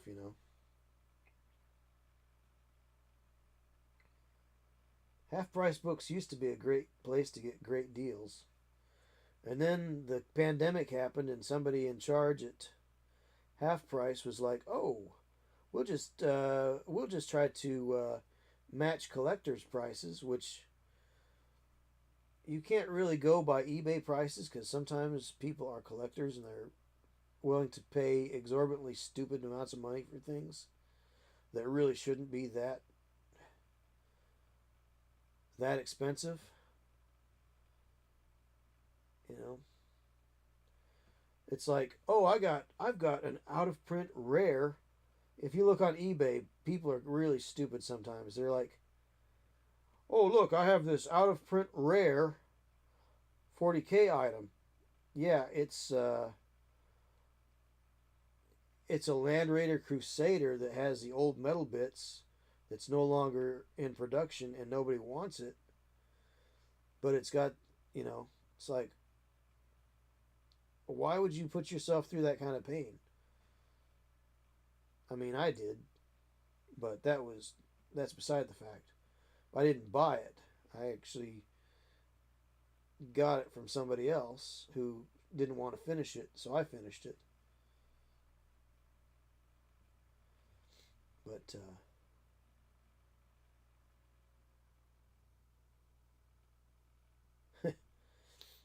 but they'll have something that's the same kit. It's the same kit that it's been for the last 20 years, and they're trying to make money off of it because it's got the old box. But if you get it in the new box, you're paying like 3 times what you would have bought it for new back in the day. But these people are trying to scam you by selling it to you at a collector price. They're asking a really stupid price for it. And it's like, you realize it's the same kit inside. It's just the only thing that's different is the color, is the cover, is the box art. I think that's kind of silly. I think it's kind of silly. Okay. All right.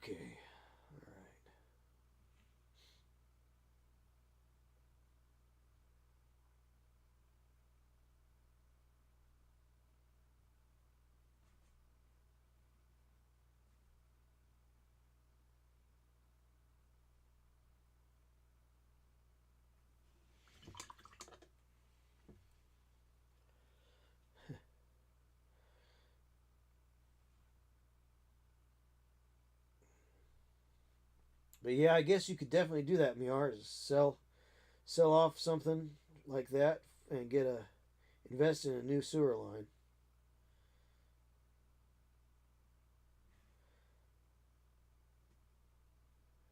That's probably I hate to say this, Miar, but that's probably a wise decision.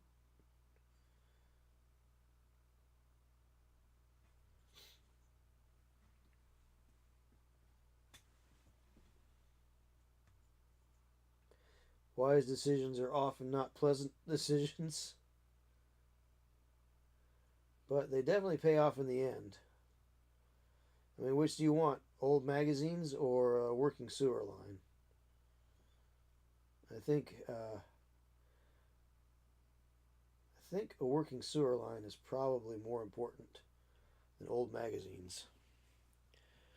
Almost makes me sick, right? Well, I mean, here's the thing. A lot of that represents effort, You worked hard to, provide for yourself, and then you worked a little extra hard to have nice things or things that bring you joys, things that bring you happiness. But then again, they are just things. How much happiness can you get from things? Now, if it was just a matter of having things just to have them, there are people that just have things to have them, But in the gaming space, we tend to have things that are useful to us. They are useful in our pursuit of joy. They bring us happiness. Unlike boats, which bring people happiness on the day they buy them and on the day they sell them.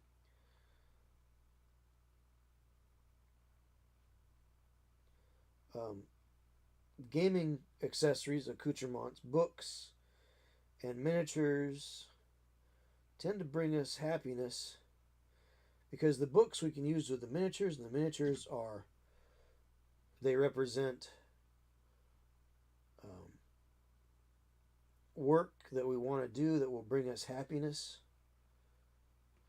It's a creative outlet, a place that also helps with our mental health, a place to kind of get away from some of the troubles of the day, kind of a place to zone out a little bit, or get in the zone, depending on the way you want to call it. See, they aren't magazines, they're models. The magazine section, deconstruction into binder stuff. The real price are the expensive models. Yeah, okay. Right. Yeah, that was the hatchet. Was that the one with the Necrons? It was like only Necrons and Space Marines, or is that like the Combat Patrol ones that they're doing now? I thought Imperium, because I found one copy of that Imperium magazine at Books A Million one time, and it just happened to be the one with the crates, the loading crates, the Connex boxes, basically, the 40K Connex boxes. Necron, Space Marines, Sisters, and Mechanicus. Right, okay. Yeah.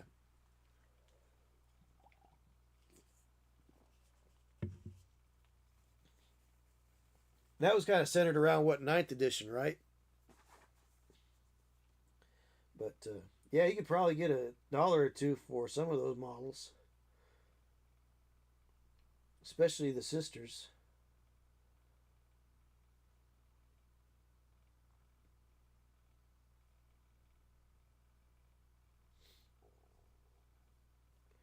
Which again, I've got the Sisters. I've got the old metal Sisters.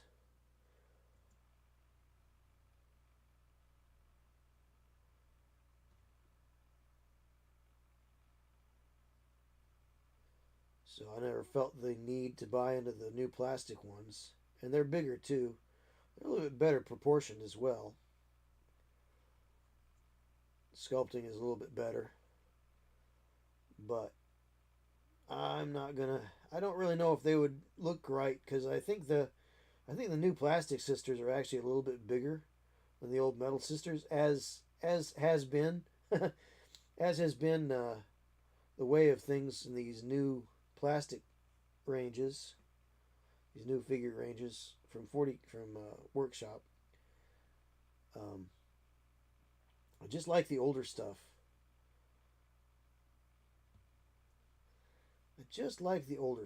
It's kind of, I guess it's kind of crazy, but, now I do have a Primaris Marines Army kind of in the works, but I'm not going to go out and rebuy my whole army that I built in 4th and 5th edition, end of 3rd, 4th, and 5th edition.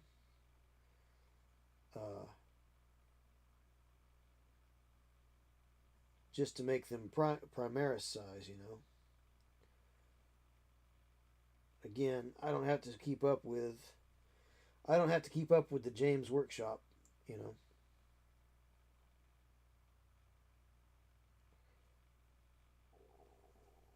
I likes what I likes, and I got's what I likes, The hex mark is like 70 on eBay. Sell it for 60, and it would sell. It's 40. Oh, okay. Hex marks are what? Those are the snipers. Is that the Necron snipers box? The hex marks.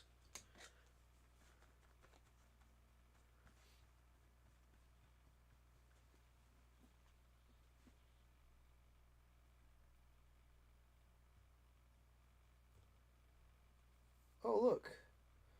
I did not paint this guy's apron, which should be the same color as his shirt. I missed that. Well, that's what I get for trying to go fast. I missed it.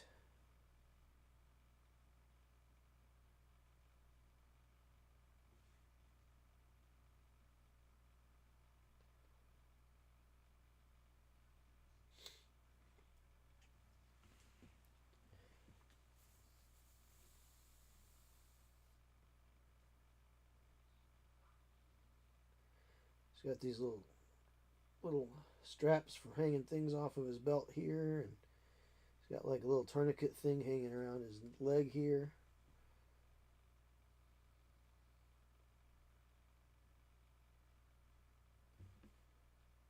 I'm just not getting good coverage with this particular paint tonight. I think I did mix it up before squeezing out the goo. It had been sitting around for a while. Although I think I put some metal balls in there, mixer balls. So I had to have used this before. So I don't know why this paint is not working super great. Let's see. I thought it was, but it's a single guy. The snipers are the death marks. Oh, okay. Those are 50. I'm confused. Did prices drop?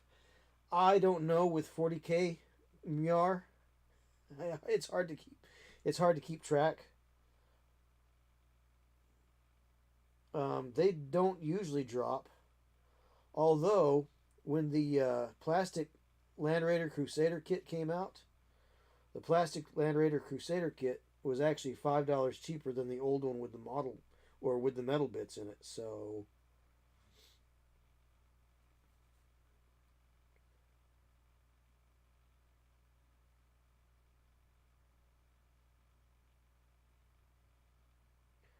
it has happened. I'm sure somebody lost their job over it. If there are prices that went down from Workshop, I'm sure somebody's probably lost their job over it.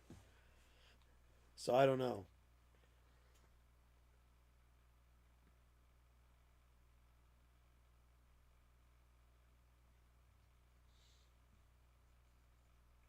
Currently, what I'm kind of interested in is War Master.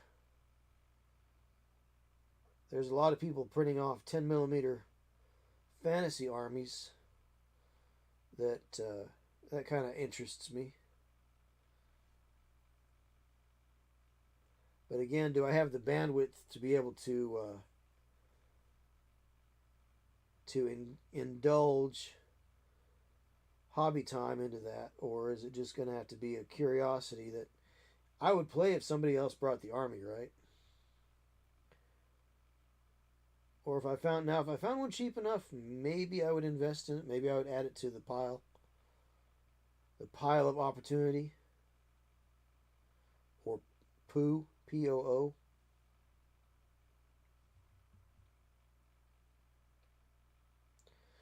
Never let a chance to make a scatological reference go to waste, folks.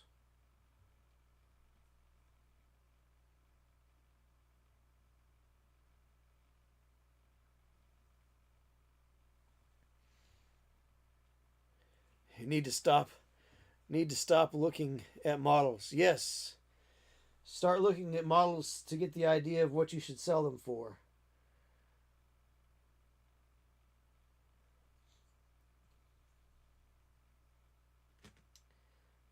Do you need an intervention, my friend? I had to go back and forth to West Virginia one week and about 3 days out of the week. And in the evening, I would stop in at Hobbytown, USA. That was on the way. It was right there, so I just pull off. And there were 3 tank models that I wanted to get. And I said, that's interesting. There's 3 tanks there. But I didn't really want to just buy them all at once. I was like, because the first one, the one that I bought first, I was like, I really want this one. I'm going to get it because I want to make sure that nobody else gets it. So I did. I got it. And I was like, well, if nobody else buys those other 2 through the week, I'll probably buy those because I wanted them, but I didn't want them quite that badly to purchase them all at once. And I was about a day away from a paycheck coming in, so I figured I'd just wait anyway. But I wanted to make sure to get that particular tank. I don't remember what it was, if it was a Lehman Russ or if it was a Predator. I don't remember. I don't remember exactly which model it was. Anyhow, I bought it, and then the next day I stopped in and I got the other one that I wanted. And then a couple of days later on in the week, hey, Gamers on Games. Yeah, doing Orcs. Yeah, just got here. Hey, glad you're here, man. Welcome, welcome. Yeah, I just saw your message pop up. Sorry, I gotta look 90 degrees off to the right, or off to the right. I don't know me right from me left. I am a proper orc. Yeah, Gamers on Games. I am doing Orcs. This is Orktober. So I am painting up Orcs for Orktober, because Orktober is also Depression Awareness Month. On my Twitch side of things, I am doing it's actually a continuation from last month. Last month was Suicide and Suicide Awareness Month, right? So I put in for the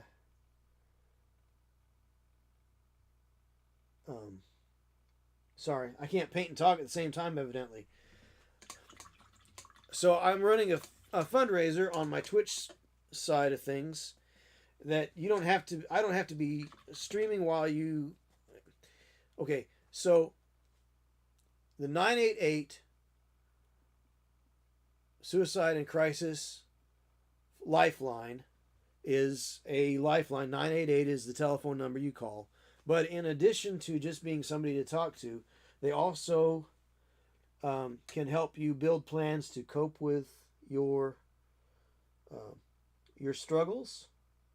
So they call themselves a lifeline, and I like to believe that it's because they help people develop life skills for dealing with their I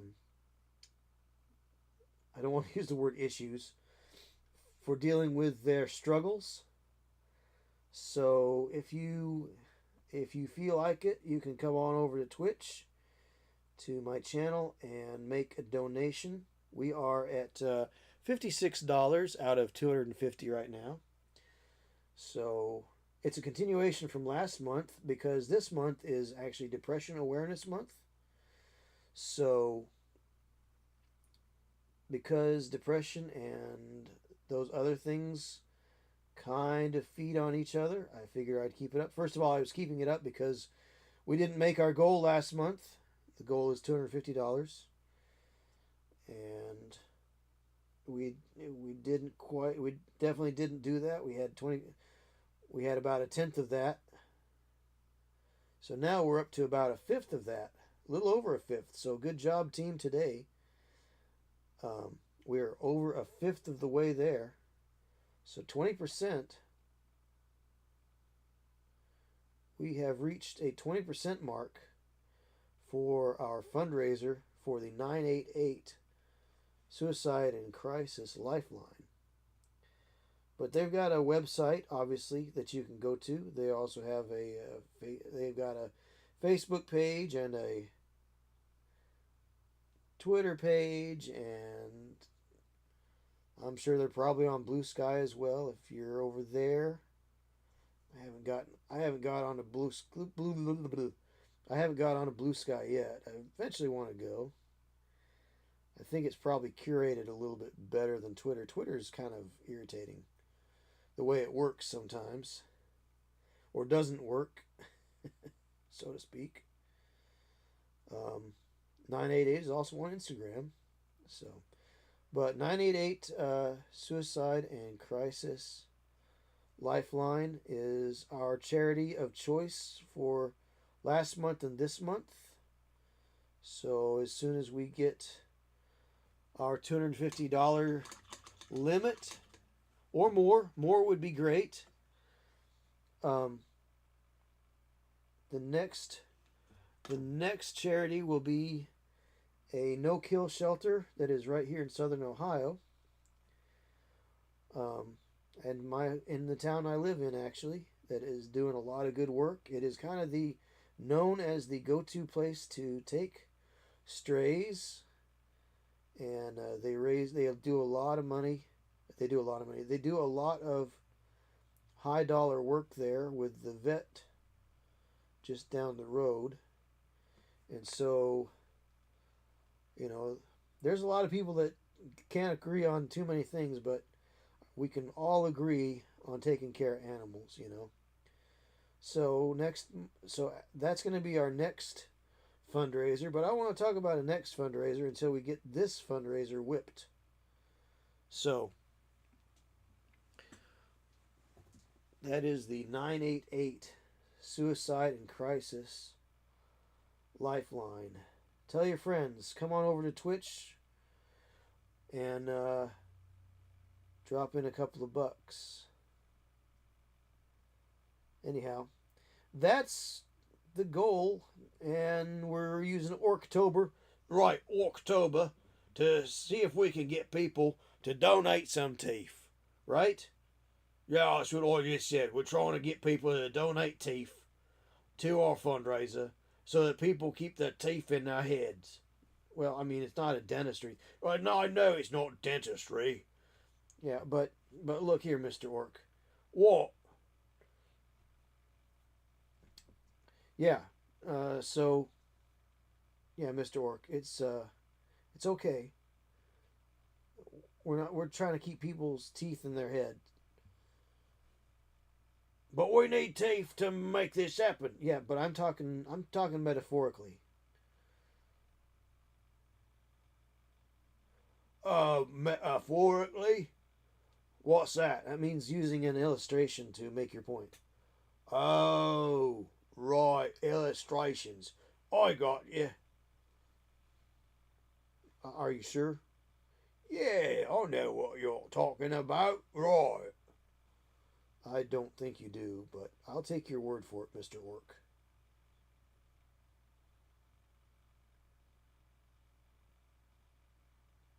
And scene.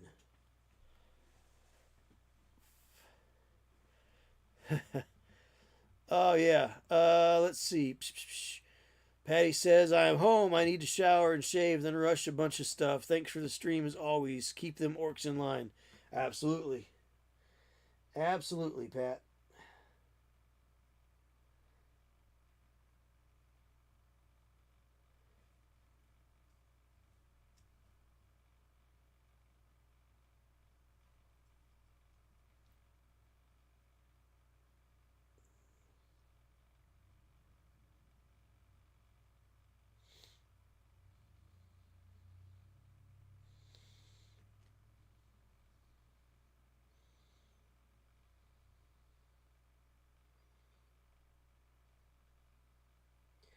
But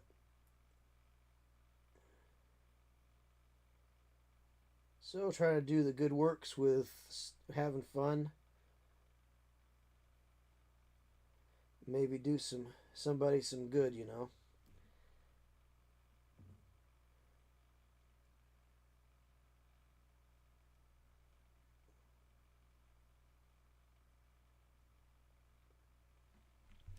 So, such a good little orc, Miar says. Ah. Well, orcs are just a force of nature. They are a myconid. They are a myconid species, so I guess you could probably saute them up with some onions and use them as a topping for your steak. That means they're fungus, folks. They're mushrooms. They're mushroom men. So why do we paint them green? I don't know. Because mushrooms, I've never seen a green mushroom. I'm sure there are green mushrooms. They tend to be more of a tan color. Might take a break here in just a minute. It's almost 10 o'clock. It's 9:30, so I might take a break. I just need to stand up. After you work a physical job, after you sit down, you kind of get stiff. And I don't like that feeling. Because sitting down is sitting down. So I think I'm going to take a break. Been at this, 2.5 hours now, so getting up and going for a minute. Walk out to the other room. Stretch your old legs. Go pet the cat for a minute. And yeah, so I'm going to take a little bio break, and we'll be back in a couple of minutes. It's not really a bio break because I'm not doing bio break things, but we'll just call it that. After these messages.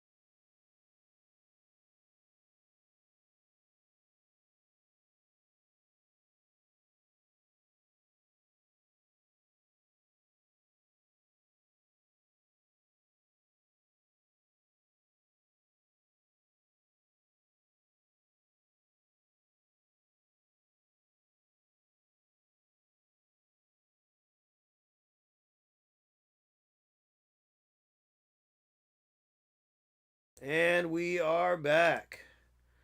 Welcome back to the Pocket Dimension. It's time to paint some things. Paint all the things. Paint all the things. Yeah, paint all the things. Paint all the things.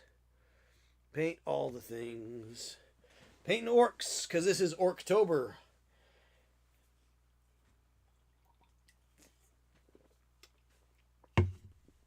Right. Oi. All right, Mjar's back in. Oi, Mjar. Good to be here. Good to have you in. Right, if you're just joining, we are celebrating Orktober. Now, what do you suppose next month's feature monster will be? That's right, next month is November. Because it's Knowles, and it's November, it's going to be November. Orktober, November. So we're going to be painting up some knolls next month. Miar says, I just found your paint all the things sticker and put it on my kill team tote. Nice. Nice. Well, spread the word, Miar. The more the merrier right here in the pocket dimension. There's always room in the pocket dimension. Alright, let's see what we got here.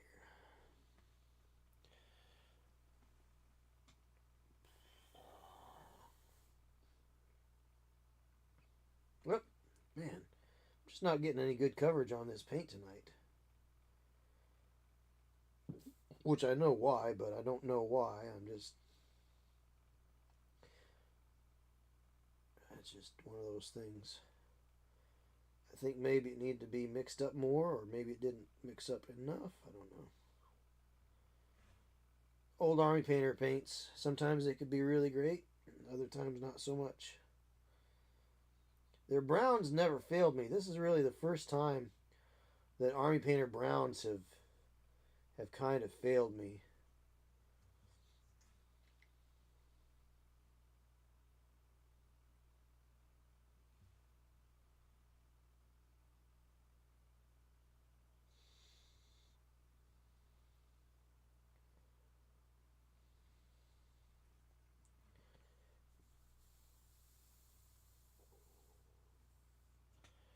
So, but all sorts of people are welcome here in the pocket dimension. We are non-discriminatory. Because the hobby brings people together. Everybody wants the same things. Everybody wants to paint. Everybody wants to have good times. And that doesn't depend on the things that people think depend on these days. People get way too into their spaces sometimes, and they forget that there's a lot of other things to be doing with your time than griping about various people and various things. There's time for that, but not all the time. So hopefully the Pocket Dimension is a place where you can come and hang out and do some hobby. Clear your mind. Well, not too clear. An empty mind is a... What's it, the old 40K thing it used to say? An open mind is like a city who has no gates. We still want to make sure that we're thinking about the right things, but we don't have to be all consumed with everything going on these days, every moment of the day. We can get ourselves way too worked up about a lot of things.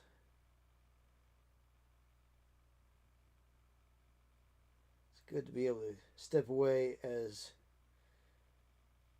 Gamers on Games says, get out and touch grass.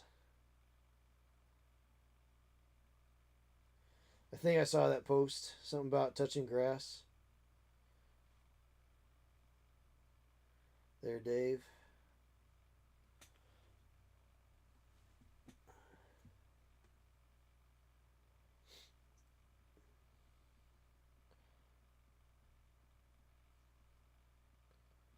It's always important to get centered.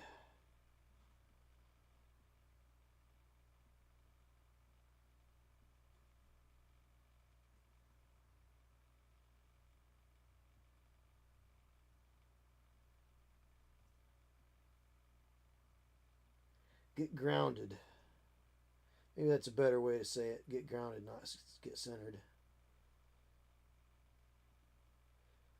Some people talk about being on an even keel, but actually, if you really break down the term even keel, a ship doesn't sail very well on an even keel.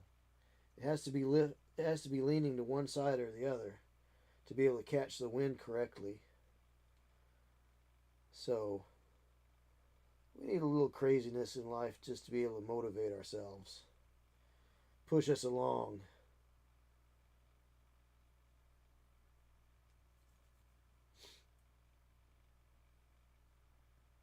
But never let the craziness overtake you.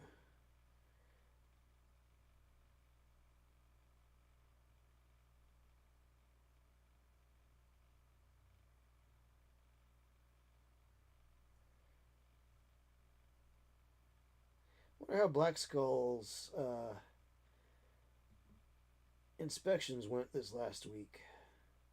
I think he was saying he got the week off, didn't he, Miar?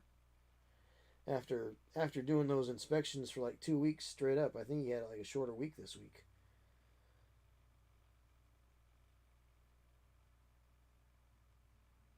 He posted up a picture of his latest Marvel United figure that he did. It was Legion.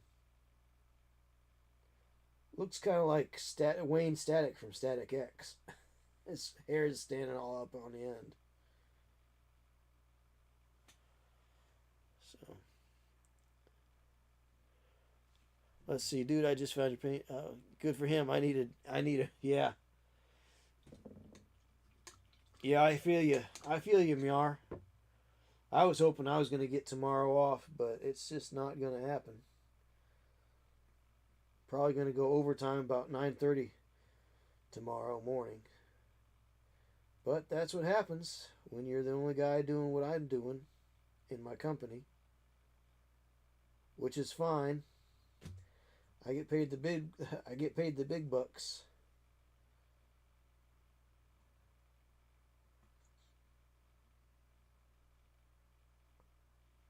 I want my $2.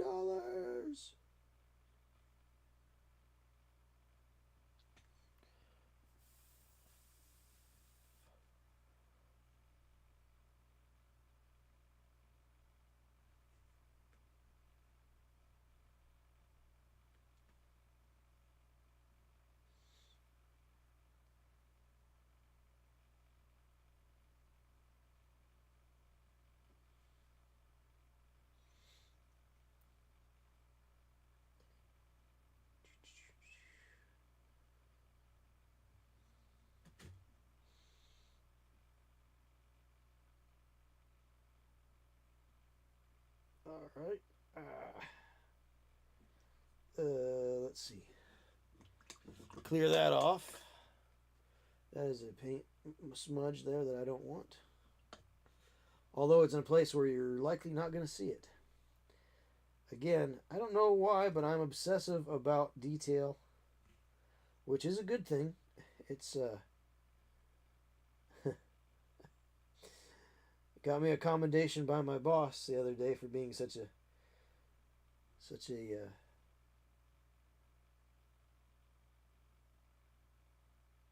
detail-oriented guy. So that was nice.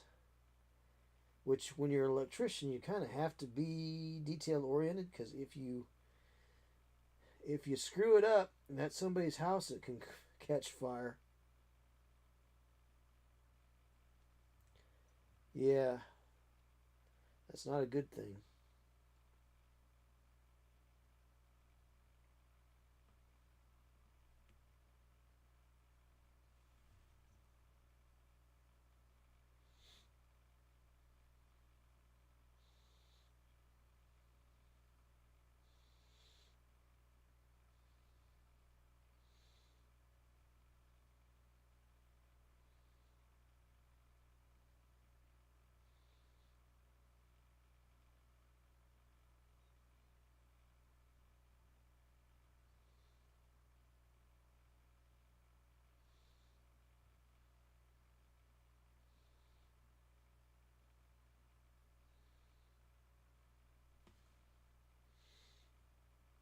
Oh, how did I completely miss that spot?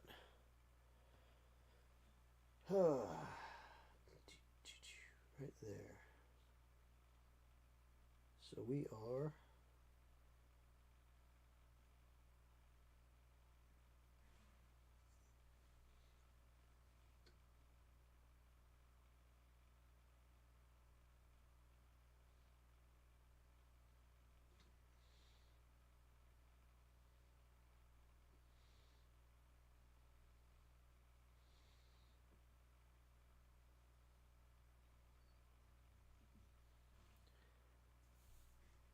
Okay.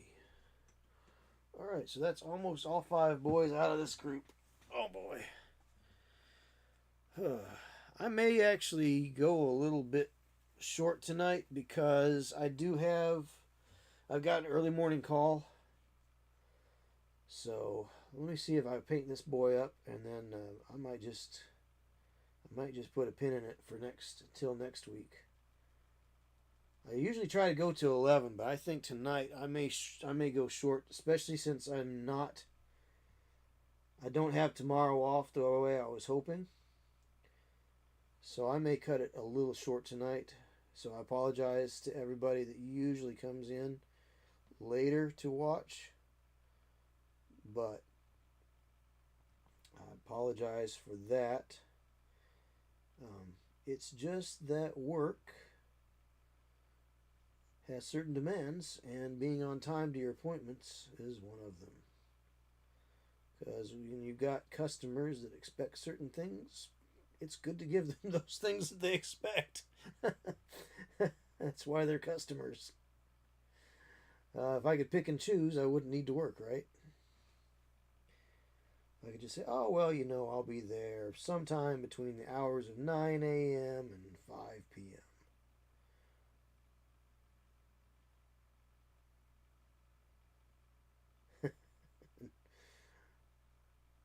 Yeah, that's not how that works.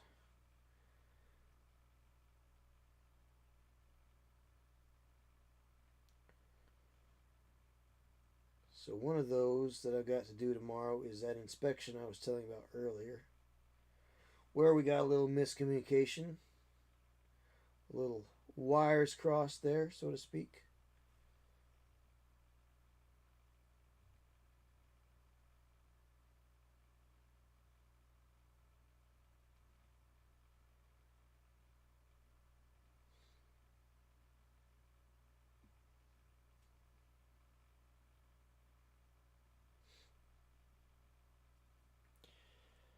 Oh, gosh.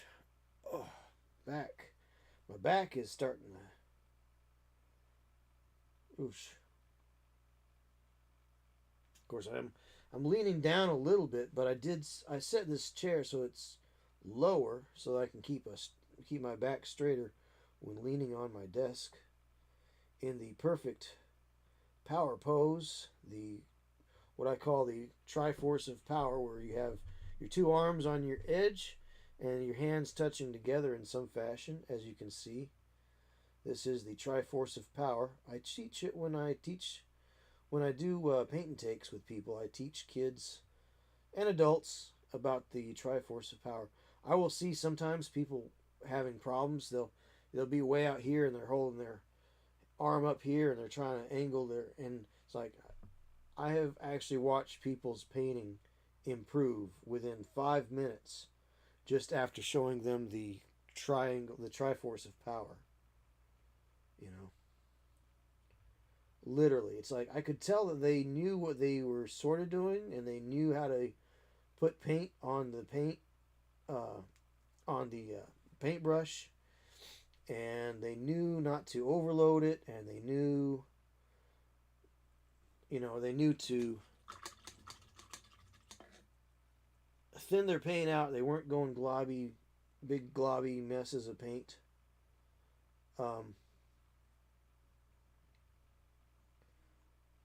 But they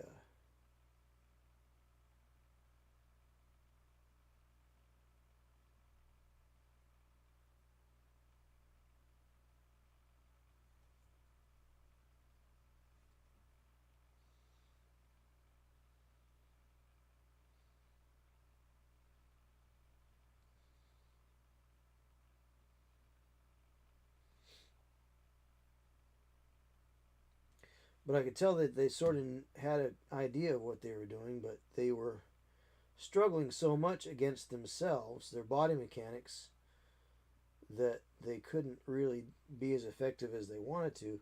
So then I showed them the Triforce of Power, and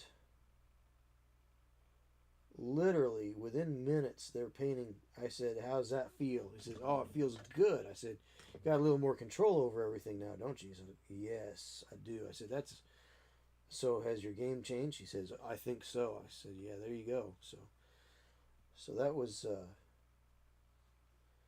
I mean, when people accept that kind of instruction, it makes you feel pretty good. It makes you feel like you've actually learned a thing or two, and you can it's the idea of passing knowledge on to somebody else is a good feeling.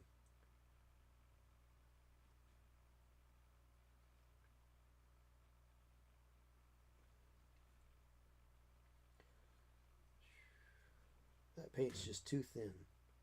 I mean, it's not so thin that it runs everywhere, but it's just got to be left there and sit. Then you got to do another coat. I do not like that. That's old army painter for you, folks.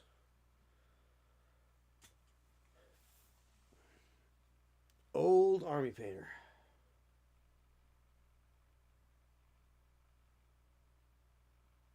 But it does help get some of those naturally occurring highlights when you go over an area. Sometimes that slightly thinner paint. It's good for that. What do they call it? What are the kids calling it these days? Slap chop, slop chimp, whatever.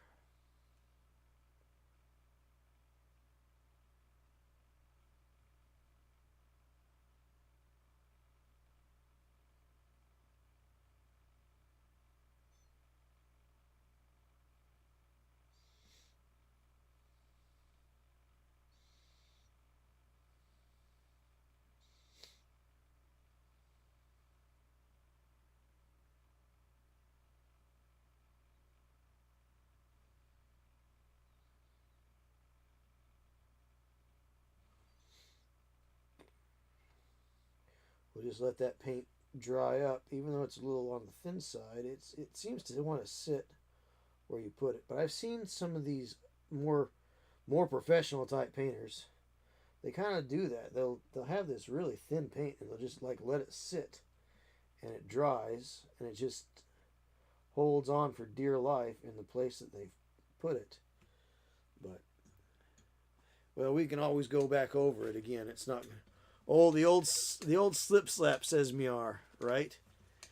What about the Triforce of wisdom or courage? Ah, wisdom or courage. What is wisdom or courage without power, Patty? The old Triforce of power. Elbows on the table, like your mom told you not to. Hands together. Get in close. Everything moves all at once. That's the whole point of this.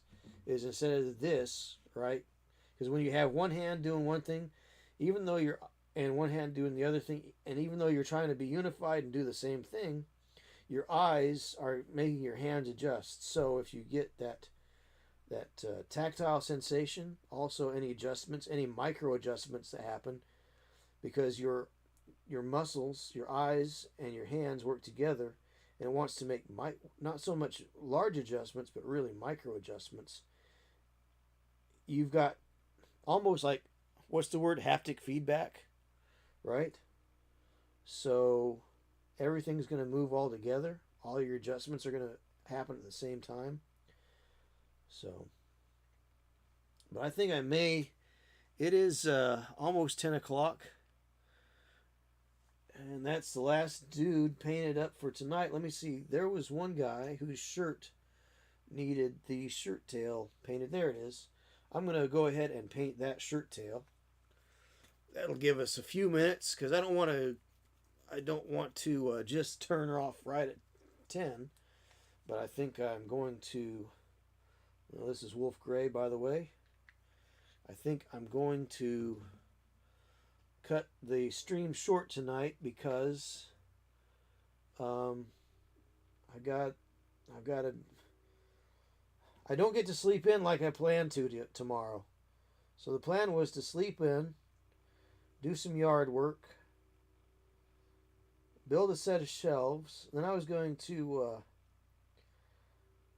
film some more videos, like film videos, not just streamer stuff, you know.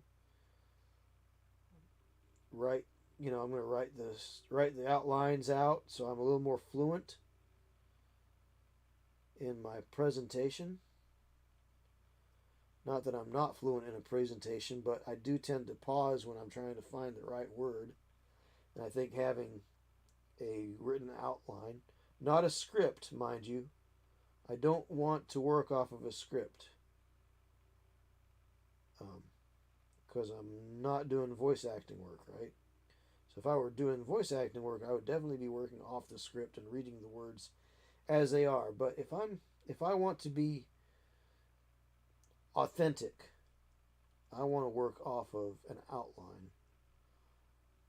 But it would help me keep my thoughts more organized by working off an outline rather than trying to find that one word. Now, I don't know if anybody here ever used to watch Paul Harrell, but he was a gun tuber. He had been he had been an instructor in the U.S. military and various things and one thing or another. But he would sometimes pause, and in some of his early videos, people would just rail on him in the comments about his pauses. Well, his pauses were there so that he could catch up, so that his thought process could kind of fall back, and his mouth could catch up with his brain. And but man, what a guy! I mean, what a dude, Paul Harrell. Fascinating fella. Talks about all the things that you need to know about firearms. Some of the things you never knew needed to know about firearms. Let's see. Patty says, "Good night, JP." Spartan says he prefers Brandon Herrera. Brandon Herrera, sort of. Yeah, okay. Yes and no. Everybody likes. I find some of his content just to be just a little, not interesting to me. Well, I'll just say it like that. Just not interesting to me. I think he rehashes some things that have already been hashed up.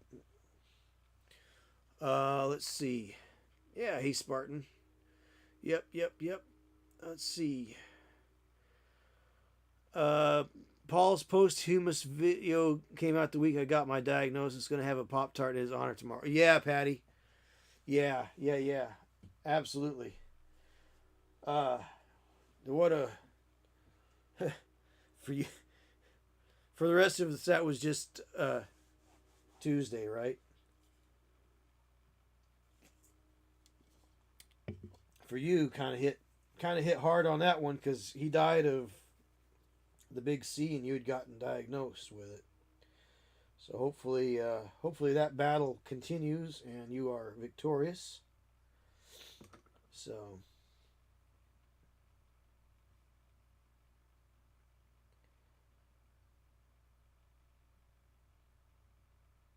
but old Paul Harrell, man. Pop-Tarts and pop guns, right? But he was just no nonsense, very plain spoken.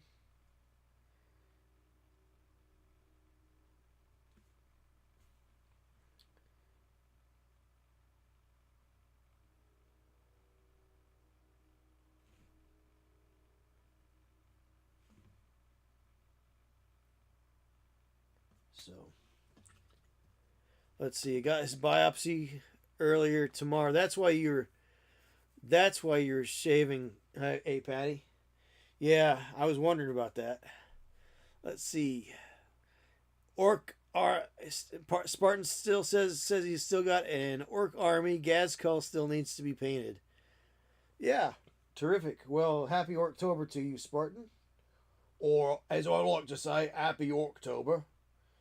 And if you don't know, Spartan, we are doing a fundraiser for the 988 Suicide and Crisis Lifeline over on my Twitch channel. And if you were to pop over there and Throw a couple of teeth in the bucket there, mate. Be much appreciated. We're trying to get to $250 by the end of the month, so we can move on to other fundraisers. But this is October is actually Depression Awareness Month, so we're keeping that up for that, as well as not having made our goal last month, because last month also was Suicide Awareness Month, and want to kind of, you know, I've lost friends and acquaintances to that, where they just figured today was the best it was ever going to be, and tomorrow was not going to be so good. So you know,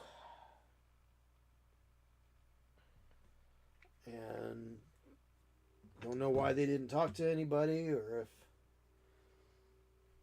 if people didn't know the signs. I don't know, just various things like that. But there's a lot of things people can do for themselves if they're feeling like they're gonna inflict harm on themselves. And there are also coping methods, which the 988 Suicide and Crisis Lifeline isn't just something that you go to call up and say, hey, I'm not feeling good today. They also have resources to help you find coping methods for dealing with your feelings. So definitely give them a look. If you don't want to hop over to Twitch and make a donation, that's fine. I get that. But at the same time, why don't you go ahead and look up the 988 on the web and just kind of get an idea of what their mission is, because I think that it's pretty good. Because here's the thing, sometimes people that are having issues don't want to talk to their friends, and sometimes if we are their friends and they're talking to us, we might not get what they're talking about. Or instead of just listening, sometimes, and this is a man problem, if you're men like to fix things, right, folks? Rumble, YouTube, Twitch, all you guys, most of my audience is male, as far as I know. So we are men, and men are genetically predisposed to want to fix things. We want to fix things. We want to make things better. And sometimes when somebody comes to us with a problem, we forget that we have 2 ears to hear and 1 mouth to speak. So sometimes we forget that it's better just to listen to somebody and keep our mouths shut, instead of saying things like, well, you know what I would do in your situation. This is what I would do. Well, great. That's what you would do, but that's not what they would do. Ask your friend if they're coming to you. Ask them, well, how does that make you feel? You know,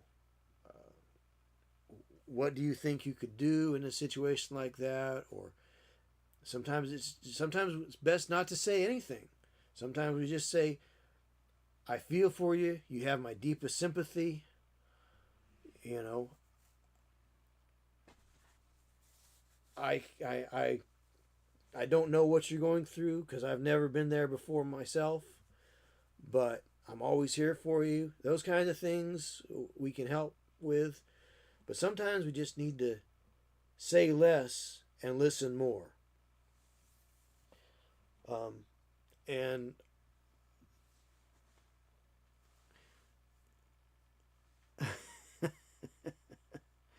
Goff's is the best. Actually, I run Speed Freaks. I like my Speed Freaks. My Cult of Speed there, Spartan. But, oh yeah, I like playing the game too with my friends. In fact, 40K itself, I kind of fallen away from 40K. And Myar over on Twitch will tell you that I've been developing my own game to play. But it's a work in progress. I've got infantry pretty well dialed in. But as far as vehicles and the like, I haven't quite got them worked out yet. But